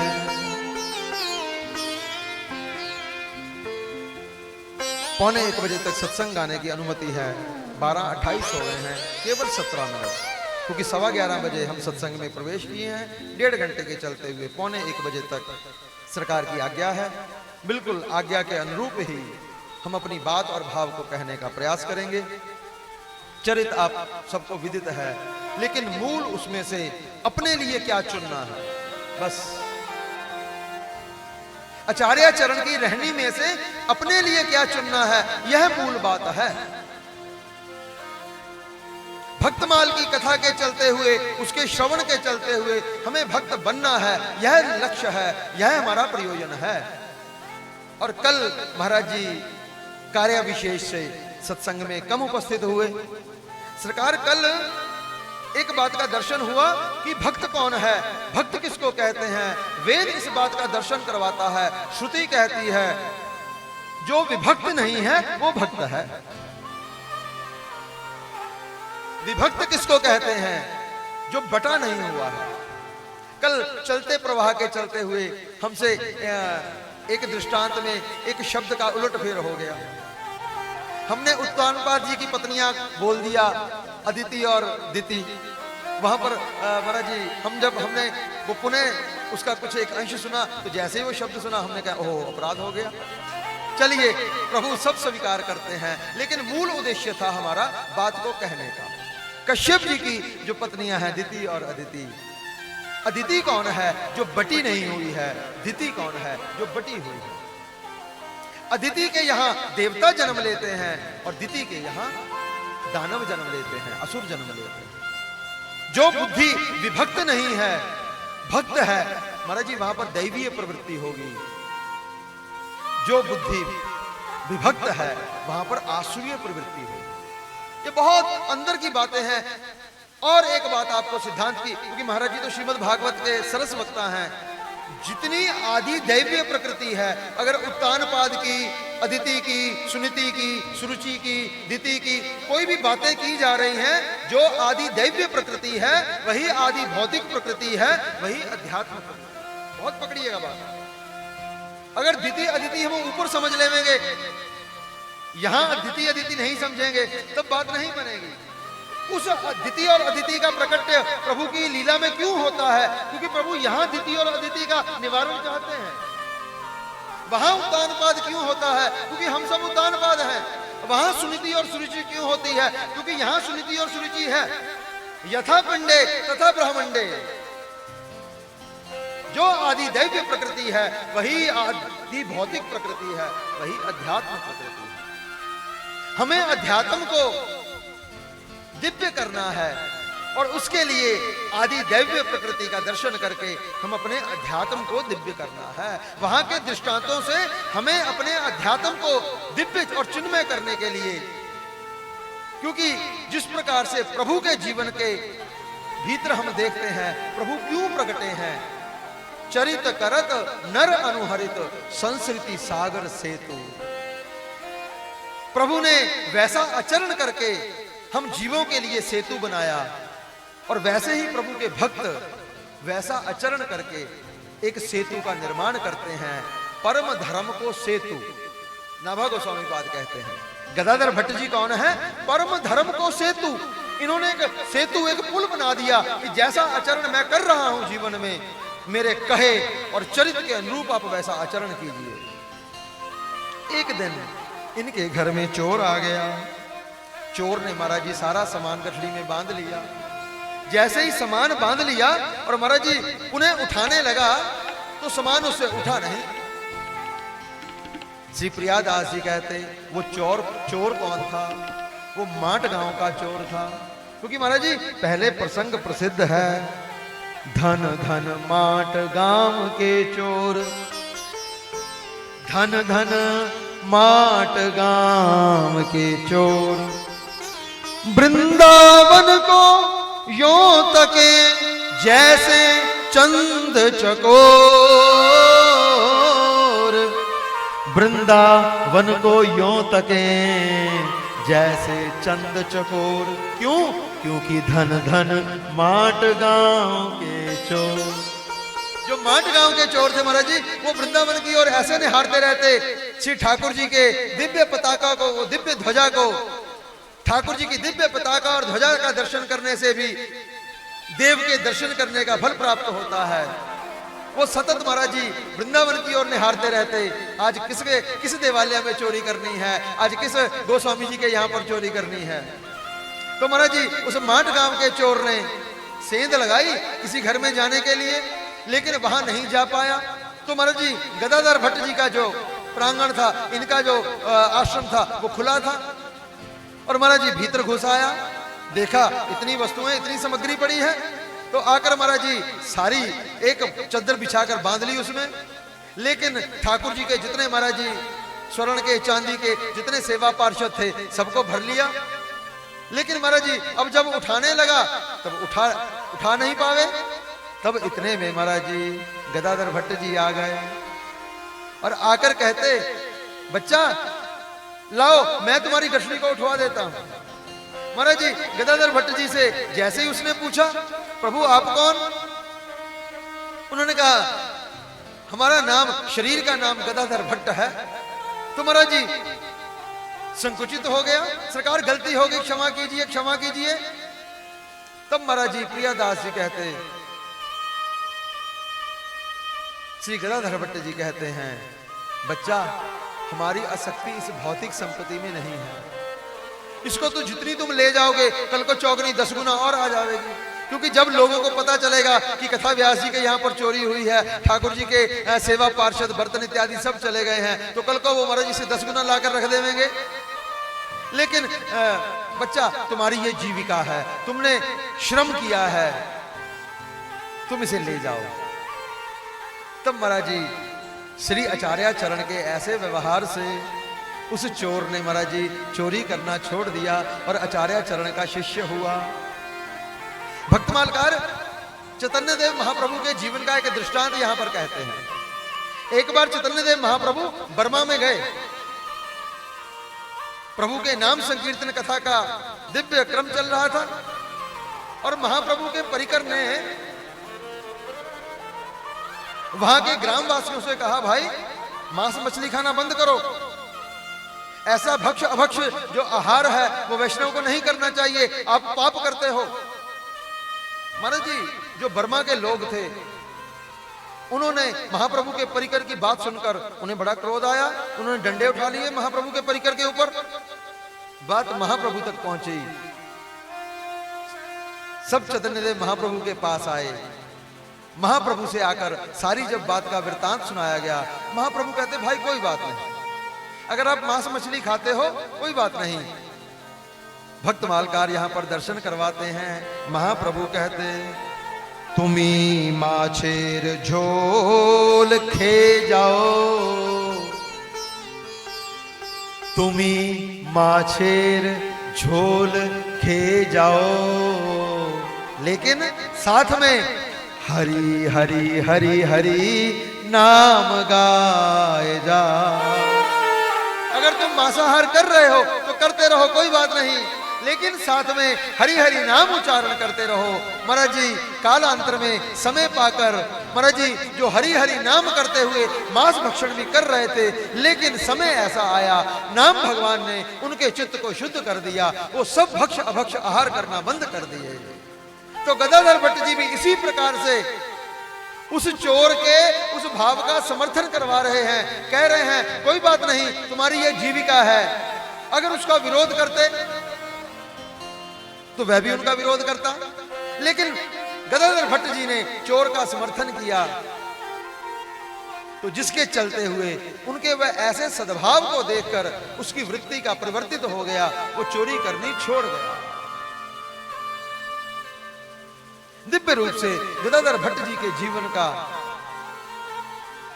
ऐसा आचरण देखकर, ऐसा आचरण देखकर कि एक वैष्णव का, एक साधु का, एक भक्त का, एक प्रभु की सखी का, एक प्रभु के जन का कैसा जीवन होता है, ये गदाधर भट्ट जी वैसा जी कर दिखा रहे हैं हमें। भक्तमालकार ने कुछ और दृष्टांत दिए हैं, समय का अभाव है।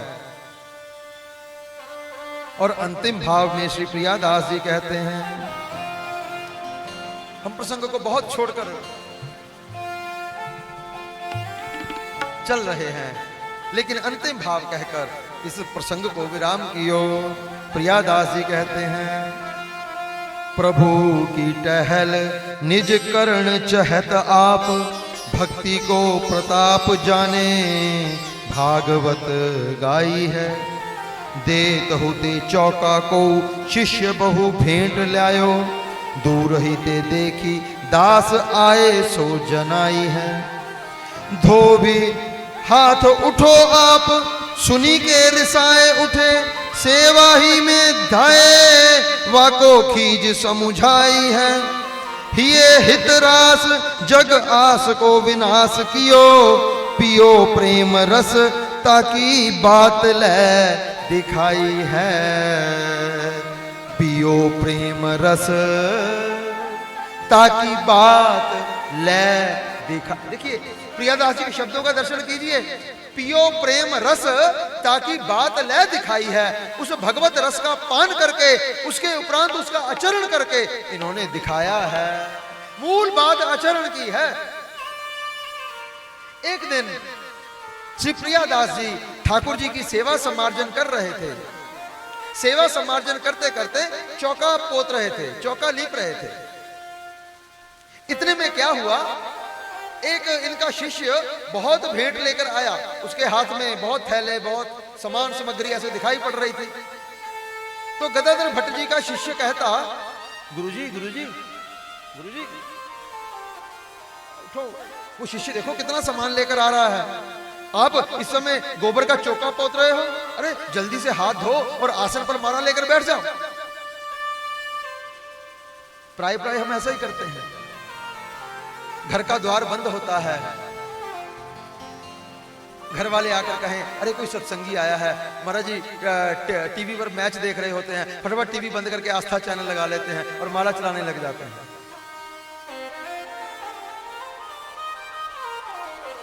लेकिन गदाधर भट्ट जी की रहनी क्या है। जिस शिष्य ने उनको ऐसा करने के लिए कहा कि गुरुजी आप आसन पर बैठकर माला ले लीजिए, वो कहते धिक्कार है तेरी शिष्यता पर, अरे तू मुझे ठाकुर सेवा से छुड़ाकर कुछ भेंट दक्षिणा के लिए कह रहा है, आप दंभ करो। अरे धिक्कार धिक्कार, अभी तक तो शिष्य होने का अधिकारी ही नहीं है। प्रभु की प्रत्येक सेवा उनका भजन है। बहुत विनम्रता पूर्वक यहां पर बात कहते हुए चले, हमने आजकल भजन के नाम पर केवल माला को भजन मान लिया है। प्लीज प्लीज थोड़ा सा यहां पर बोध को आचार्य जनों के जीवन से प्राप्त करने का प्रयास कीजिएगा। भजन किसको कहते हैं? श्रुति कहती है भज धातु इति सेव्याम। भजन में जो भज धातु है, व्याकरण वाले जानेंगे कि प्रत्येक शब्द में धातु होती है। भज धातु इति सेव्याम। और सेवा किस लिए होती है? अपने सेव्य के सुख के लिए सेवा होती है। जो क्रिया युगल के सुख के लिए की जावे वह भजन है। माला करना उसका एक अंग है। हम प्राय भजन के भाव को पुष्ट करने के लिए मानस की एक चौपाई सब गाते हैं। कौन सी चौपाई? कह हनुमंत विपति प्रभु सोई, जब तब सुमिरन भजन न हो। यह चौपाई उच्चारण करते हैं हम। प्राय यह चौपाई उच्चारण करते हैं, लेकिन इसी चौपाई के वास्तविक रहस्य को जानिएगा। चलिए इस रहस्य को शेष किए देते हैं। ये चौपाई का बहुत अंतरंग रहस्य है। इस चौपाई को शेष किए देते हैं। तो महाराज जी अपूर्वाति पूर्व भाव से 2 क्षण के लिए भगवत नाम लेकर आज के सत्संग को मंगल कियो। जय राधे जय राधे जय राधे जय श्री राधे। जय राधे भाव से जय राधे जय राधे जय श्री राधे। जय राधे जय राधे जय श्री कृष्ण बोलो जय राधे जय राधे जय राधे जय राधे जय श्री राधे।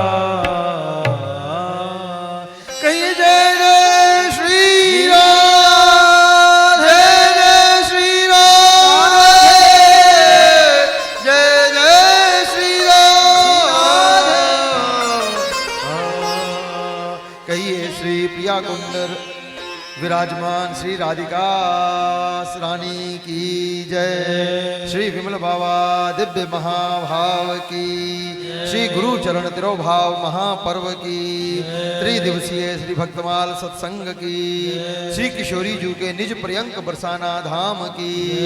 श्री बरसाना धाम ब्रज रानी श्री किशोरी जी की। समस्त वैष्णव परिकर की जय जय श्री राधे। श्री राधे। मदीय गुरुपाद पद्म नित्य लाभ विष्ट श्री किशोर राय गोस्वामी जी महाराज के चतुर्थ वार्षिक विरह महामहोत्सव का 3 दिन व्यापी श्री भक्तमाल कथा की जो हम आयोजन किए थे, आज अंतिम दिवस है। श्री महाराज जी लुधियाना से पधारे और 3 दिन तक अमृतमय कथा रूपी जो अमृत वाणी है हम सब लोगों को श्रवण कराया और सब लोगों को कृतार्थ करवाए। परंतु समय की व्यवधान और समय के अभाव के कारण हम उस कथा रूपी अमृत सरोवर में ज़्यादा गोता नहीं लगा पाए।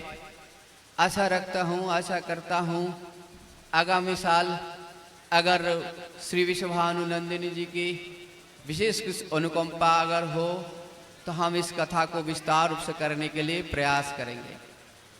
अब समय की अभाव है, संत महापुरुष सब आ गए हैं। हमारे नंदगांव से श्री भागवत आचार्य जी श्री हरिमोहन गोस्वामी जी पधारे हैं और जो नंदलाल के बहुत बहुत भक्त हैं और उनके प्रिय सेवक भी हैं। अपने हाथों से महाराज जी श्री कृष्ण बलराम को लाड़ लड़ा के इतनी सेवा करते हैं और हमारे इस ब्रजमंडल नहीं भारतवर्ष में भागवत कथा रूपी अमृत प्रवाह समस्त जीवों को प्रदान करते हैं और गौ सेवी हैं।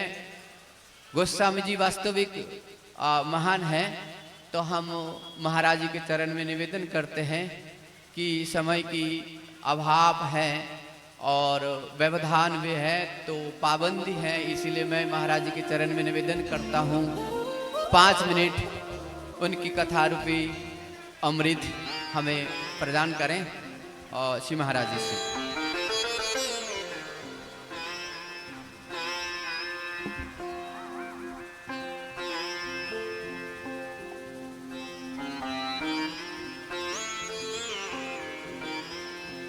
कृष्णाय वासुदेवाय हरये परमात्मने प्रणतक्लेशनाशाय गोविन्दाय नमो नमः। भक्ति भक्त भगवंत गुरु चतुर्नाम बपुए इनके पद बंधन किए तो ना सत्य को बेघ्न आने। सर्वेभ्यो देवेभ्यो नमः। बड़ा पावन और पुनीत अवसर, इतने संत महान पुरुषों और ब्रजवासियों के सानिध्य में बरसाने की अनुपम विभूति और 2 तरह के संत हैं। एक भजन के संत जिन्होंने अपने जीवन को ही भजनमयी बना लिया है, ऐसे विमल बाबा। अभी महाराज जी विमल शब्द की बड़ी सुंदर व्याख्या कर रहे थे। तो विमल शब्द अगर हम ब्रज की बात करें तो भगवान के यश को भी विमल यश कहते हैं। संतों ने गाया है विमल विमल यश। किसका यश है विमल? भगवान का यश स्वयं ही विमल है। तो ऐसे विमल बाबा के द्वारा ये आयोजित परम पावन सुंदर गुरुदेव भगवान की पुण्य स्मृति में चतुर्थ वार्षिकोत्सव हर वर्ष एक न एक अद्भुत नया और नवीन उत्सव महाराज जी मनाते हैं। क्यों ना हो, भक्तमाल की कथा आपके यहां चल रही है। कार्तिक का बड़ा पावन सुंदर अवसर, कार्तिक की पूर्णिमा से ये प्रारंभ और मार्गशीर्ष का आगमन। संध्या के समय किया हुआ भजन सर्वश्रेष्ठ होता है और दामोदर मास और स्वयं दामोदर स्वरूप मास की संध्या है। ये रास पूर्णिमा का प्रारंभ, कार्तिक की पूर्णिमा को रास पूर्णिमा कहते हैं। और मार्गशीर्ष के लिए तो भगवान स्वयं कहते हैं मासा नाम मार्गशीर्षो हम, मैं महीनों में मार्गशीर्ष हूं। और कार्तिक मास कौन सा है? कार्तिक को दामोदर मास कहते हैं। ऐसे सुंदर सुखद अवसर पर, और गत वर्ष भी यहां संत बैठे हैं, अनुभव किया होगा जब ऐसे संत महापुरुष नारद जी ने ध्रुव जी को शिष्य बना करके ध्रुव जी के ऊपर कृपा नहीं की। नारद जी कहते हैं अगर ध्रुव मेरा शिष्य बन जाएगा तो कृपा तो मुझे प्राप्त हो जाएगी, क्योंकि ये भगवान को प्राप्त करेगा। दुनिया क्या कहेगी? ध्रुव किसका शिष्य है? बोले नारद जी का शिष्य है।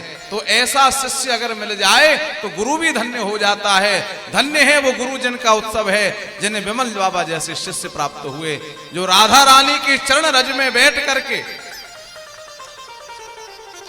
2 दिन 4 दिन का संबंध नहीं है हमारा, और 2-4 दिन से देखने का काम नहीं है हमारा। महाराज जी को मैंने और मेरे पिताजी ने जब स्थान भी लिया था एक एक वर्ष तक गुफा में बैठकर भजन करते हुए देखा है। और ये भी नहीं कह सकता करते हैं, बाहर से ताला लगा करके दूसरा व्यक्ति दूध लेकर रख जाता था। ऐसी जो भजनानंदी मूर्ति हैं वो ही इस धर्म के स्तंभ हैं। और उनके ऊपर किशोरी जी की स्वयं करुणा बरसती है और कृपा की प्राप्ति होती है। तो मैं ये कह रहा हूं कि ऐसे शिष्य को प्राप्त करके वो गुरु भी धन्य हो जाता है, गुरु के भी जीवन को लाभ प्राप्त हो जाता है। और ऐसे गुरुदेव जिनका उत्सव गत वर्ष भी आपने देखा कि जब महाराज जी का उत्सव था तो देवता आकाश से पुष्प वृष्टि कर रहे थे। और इस वर्ष भी ये बरसात की बूंदे नहीं है, ये संत महापुरुष के उत्सव पर पुष्पों की वृष्टि है। देवता आकाश ठाड़े पुष्पन की वर्षा करे, भई वृषभान जो के रूप की निधान सुता।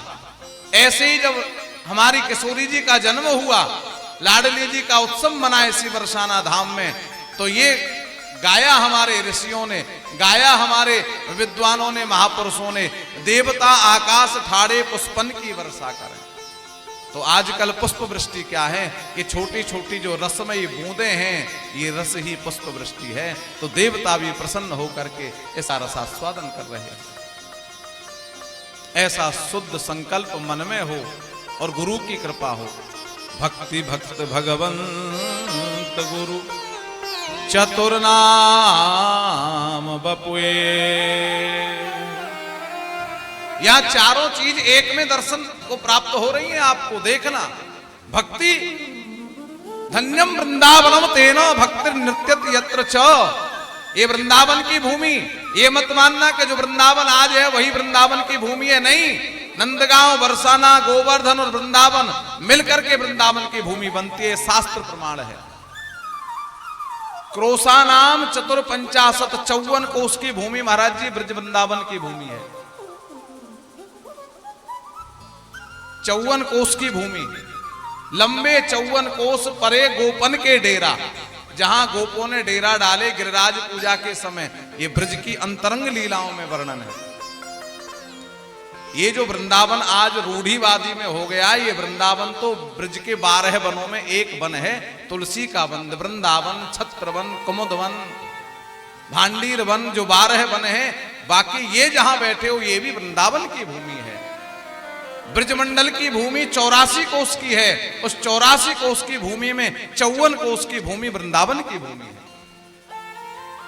तो धन्यम वृंदावनम तेना भक्तिर नृत्यति यत्र च। ये वृंदावन की भूमि धन्य है जहां स्वयं भक्ति निवास करती है। भक्ति भक्त भगवंत गुरु। और भक्त आप सब बैठे हैं, संत महापुरुष बैठे हैं। जिस जगह इतने संतों का दर्शन हो जाए वो पवित्र हो जाती है भूमि। तीर्थी कुर्वन्ति तीर्थानि, और तीर्थ में तीर्थियों का दर्शन जीवन को धन्य कर देता है। ये प्रमाण है।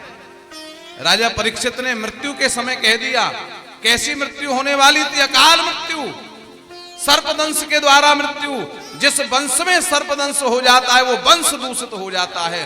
फिर भी राजा परीक्षित कहते हैं कि मैं सर्वश्रेष्ठ राजा हूं, मेरे जैसा कोई शुद्ध राजा नहीं है। सांप लग गया इसलिए बोले नहीं, मेरी मृत्यु के समय इतने संतों का दर्शन हो रहा है। इसलिए जिसके जीवन में संत दर्शन हो जाए, ब्रजवासियों का दर्शन हो जाए, ब्रज भूमि का दर्शन हो जाए, ब्रज रज का दर्शन हो जाए, वो जीवन धन्य हो जाता है। भक्ति भी है, भक्त भी हैं, और भगवान तो स्वयं ही है। यहां किशोरी जी बैठी हैं, यहां देवताओं की नहीं चलती। ये बरसाना धाम है मेरे बंधुओं। यहां के लिए ब्रह्मा तरसे तो बड़ी बात नहीं, इंद्र तरसे तो बड़ी बात नहीं, शिव लालायत रहे यहां आने के लिए तो बड़ी बात नहीं। क्यों?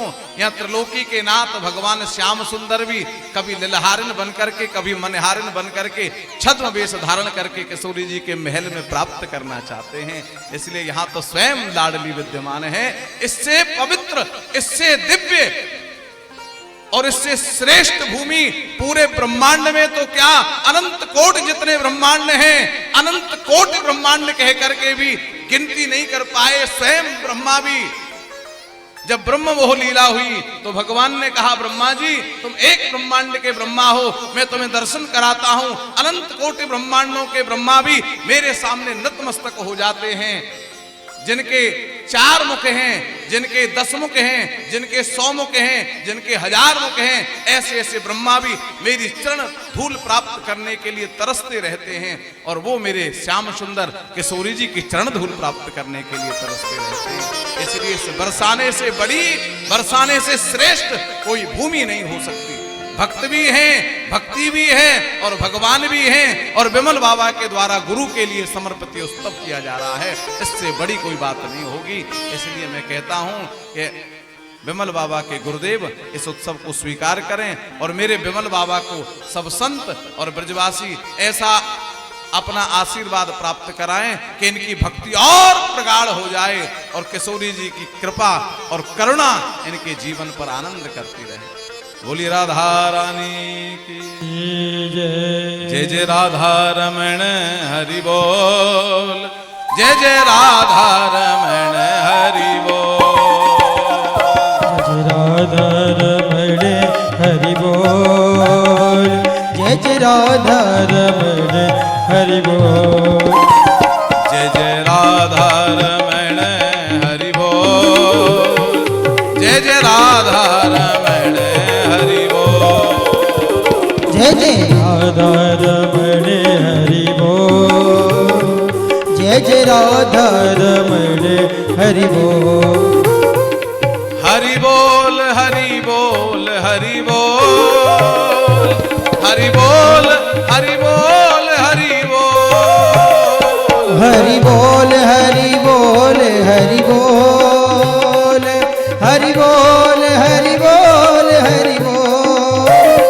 जय जय राधा रमण हरि बोल, जय जय राधा रमण हरि बोल, जय राधा रमण हरि बोल, जय जय राधा रमण हरि बोल, राधे बोल राधे बोल राधे बोल, राधे बोल राधे बोल राधे बोल, राधे बोल राधे बोल राधे बोल, राधे बोल राधे बोल राधे बोल, राधे बोल राधे बोल राधे बोल, राधे बोल राधे बोल राधे बोल, राधे बोल राधे बोल राधे बोल, राधे बोल राधे बोल राधे बोल, जय जय राधा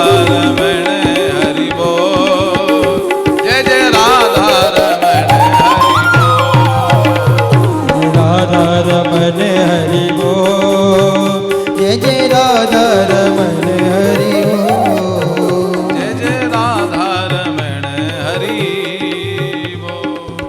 बोलिए लाडली सरकार की, ब्रजमंडल धाम की, सदगुरुदेव भगवान की, समस्त वैष्णव संप्रदाय की, संत समाज की जय जय श्री राधे, जय जय श्री राधे, राधे जय जय श्री राधे। राधे।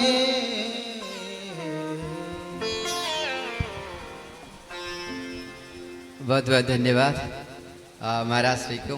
समय का अभाव है और टाइम हो चुका है, संत महापुरुष सब पधारे हैं और हम ज़्यादा टाइम समय नहीं लेंगे।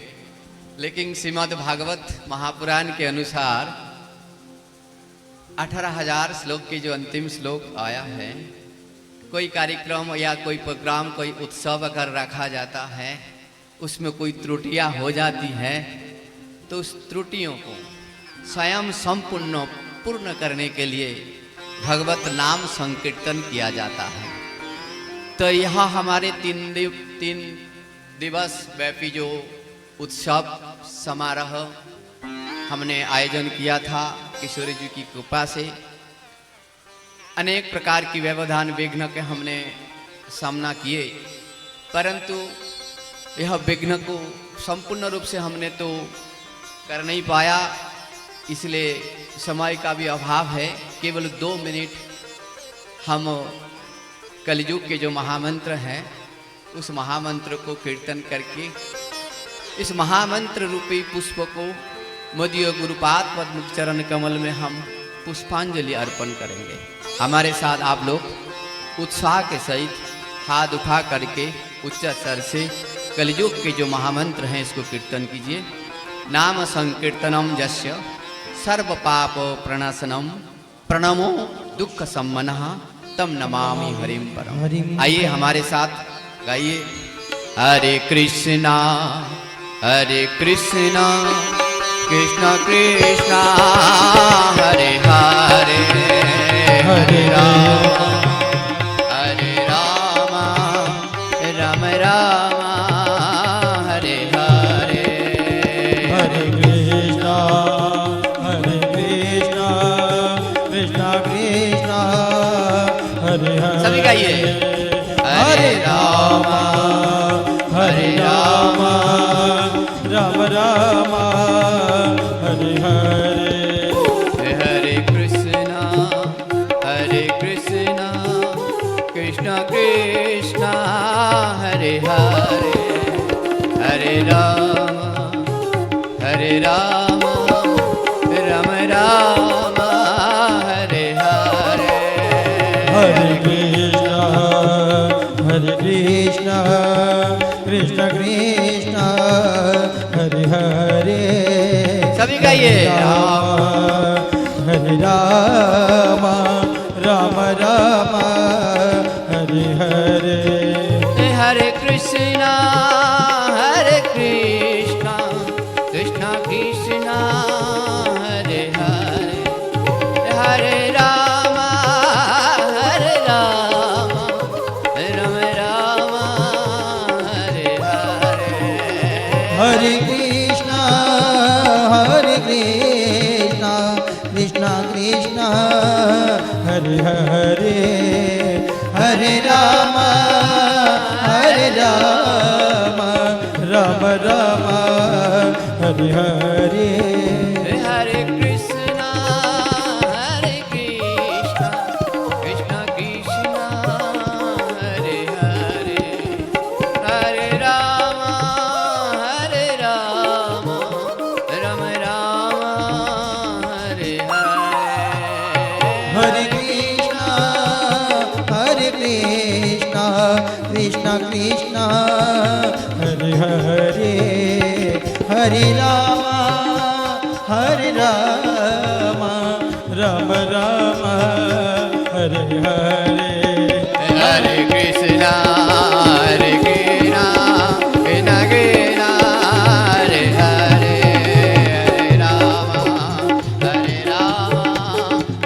हरे हरे। हरे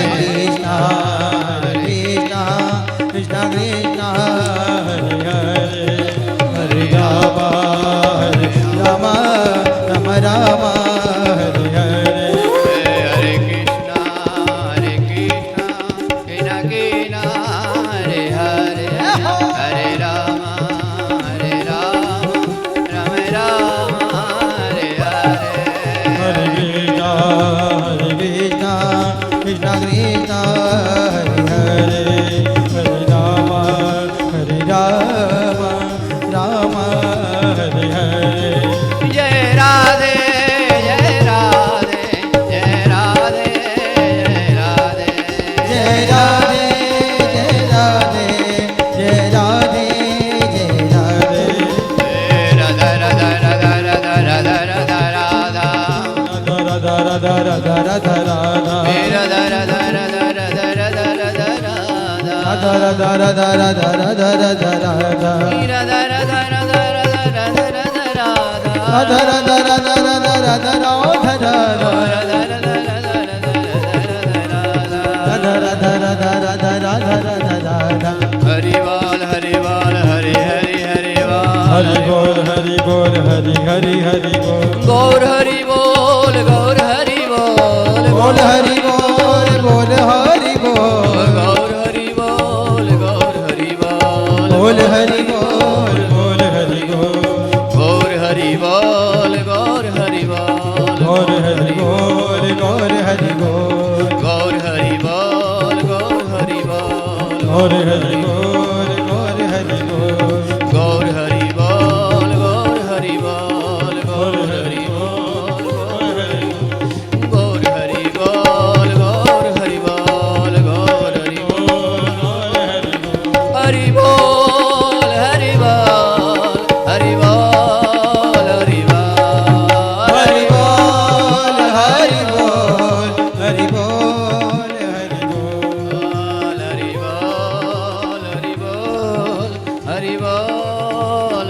बोल।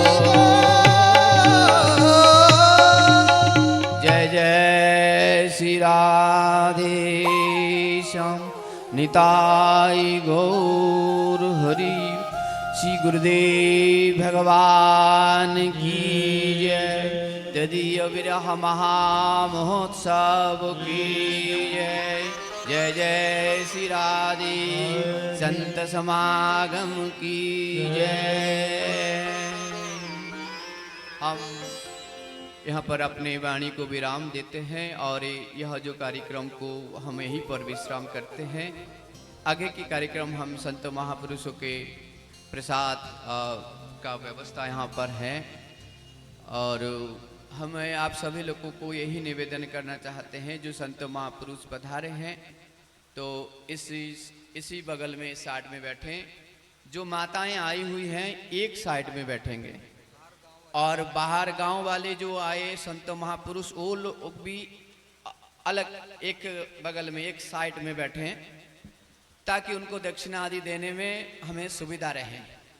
और नंदगांव के जो गोस्वामी महापुरुष लोग आए हुए हैं वे लोग उस जो हमारे पर्दा है उस साइड में वे लोग सब विराजें। और नंदगांव बरसाना वाले गोस्वामी गण को उस साइड में व्यवस्था की गई है। संत महापुरुष लोग जो आए हुए हैं एक बगल होके बैठे, माता बिल्कुल इस साइड में बैठे। मैं आप लोगों से हाथ जोड़ के निवेदन करना चाहता हूँ, कोई भी माताएं किसी संत महापुरुष के बगल में या पुरुषों के बगल में ना बैठें, आप लोग अलग बैठ जाइए। बिल्कुल आपके अलग लाइन होंगे, आपकी व्यवस्था अलग होगी। इसलिए आप इस व्यवस्था को हमें सहायता कीजिए और मेरी बात को आप लोग मानिए और आप लोग विराजिए। और हमारे सभी गुरु भाई लोग और हमारे जितने लोग परिकर लेके सबके निवेदन है कि वहाँ पर व्यवस्था जो है, प्रसाद की जो व्यवस्था है, उस प्रसाद की व्यवस्था परिवेशन करने के लिए सहायता कीजिए और निर्विघ्न पूर्वक, बिल्कुल शांति पूर्वक और प्रिया प्रीतम की याद करते हुए, गुरुदेव की याद करते हुए यह कार्य को आगे बढ़ाइए। जय जय श्री राधे।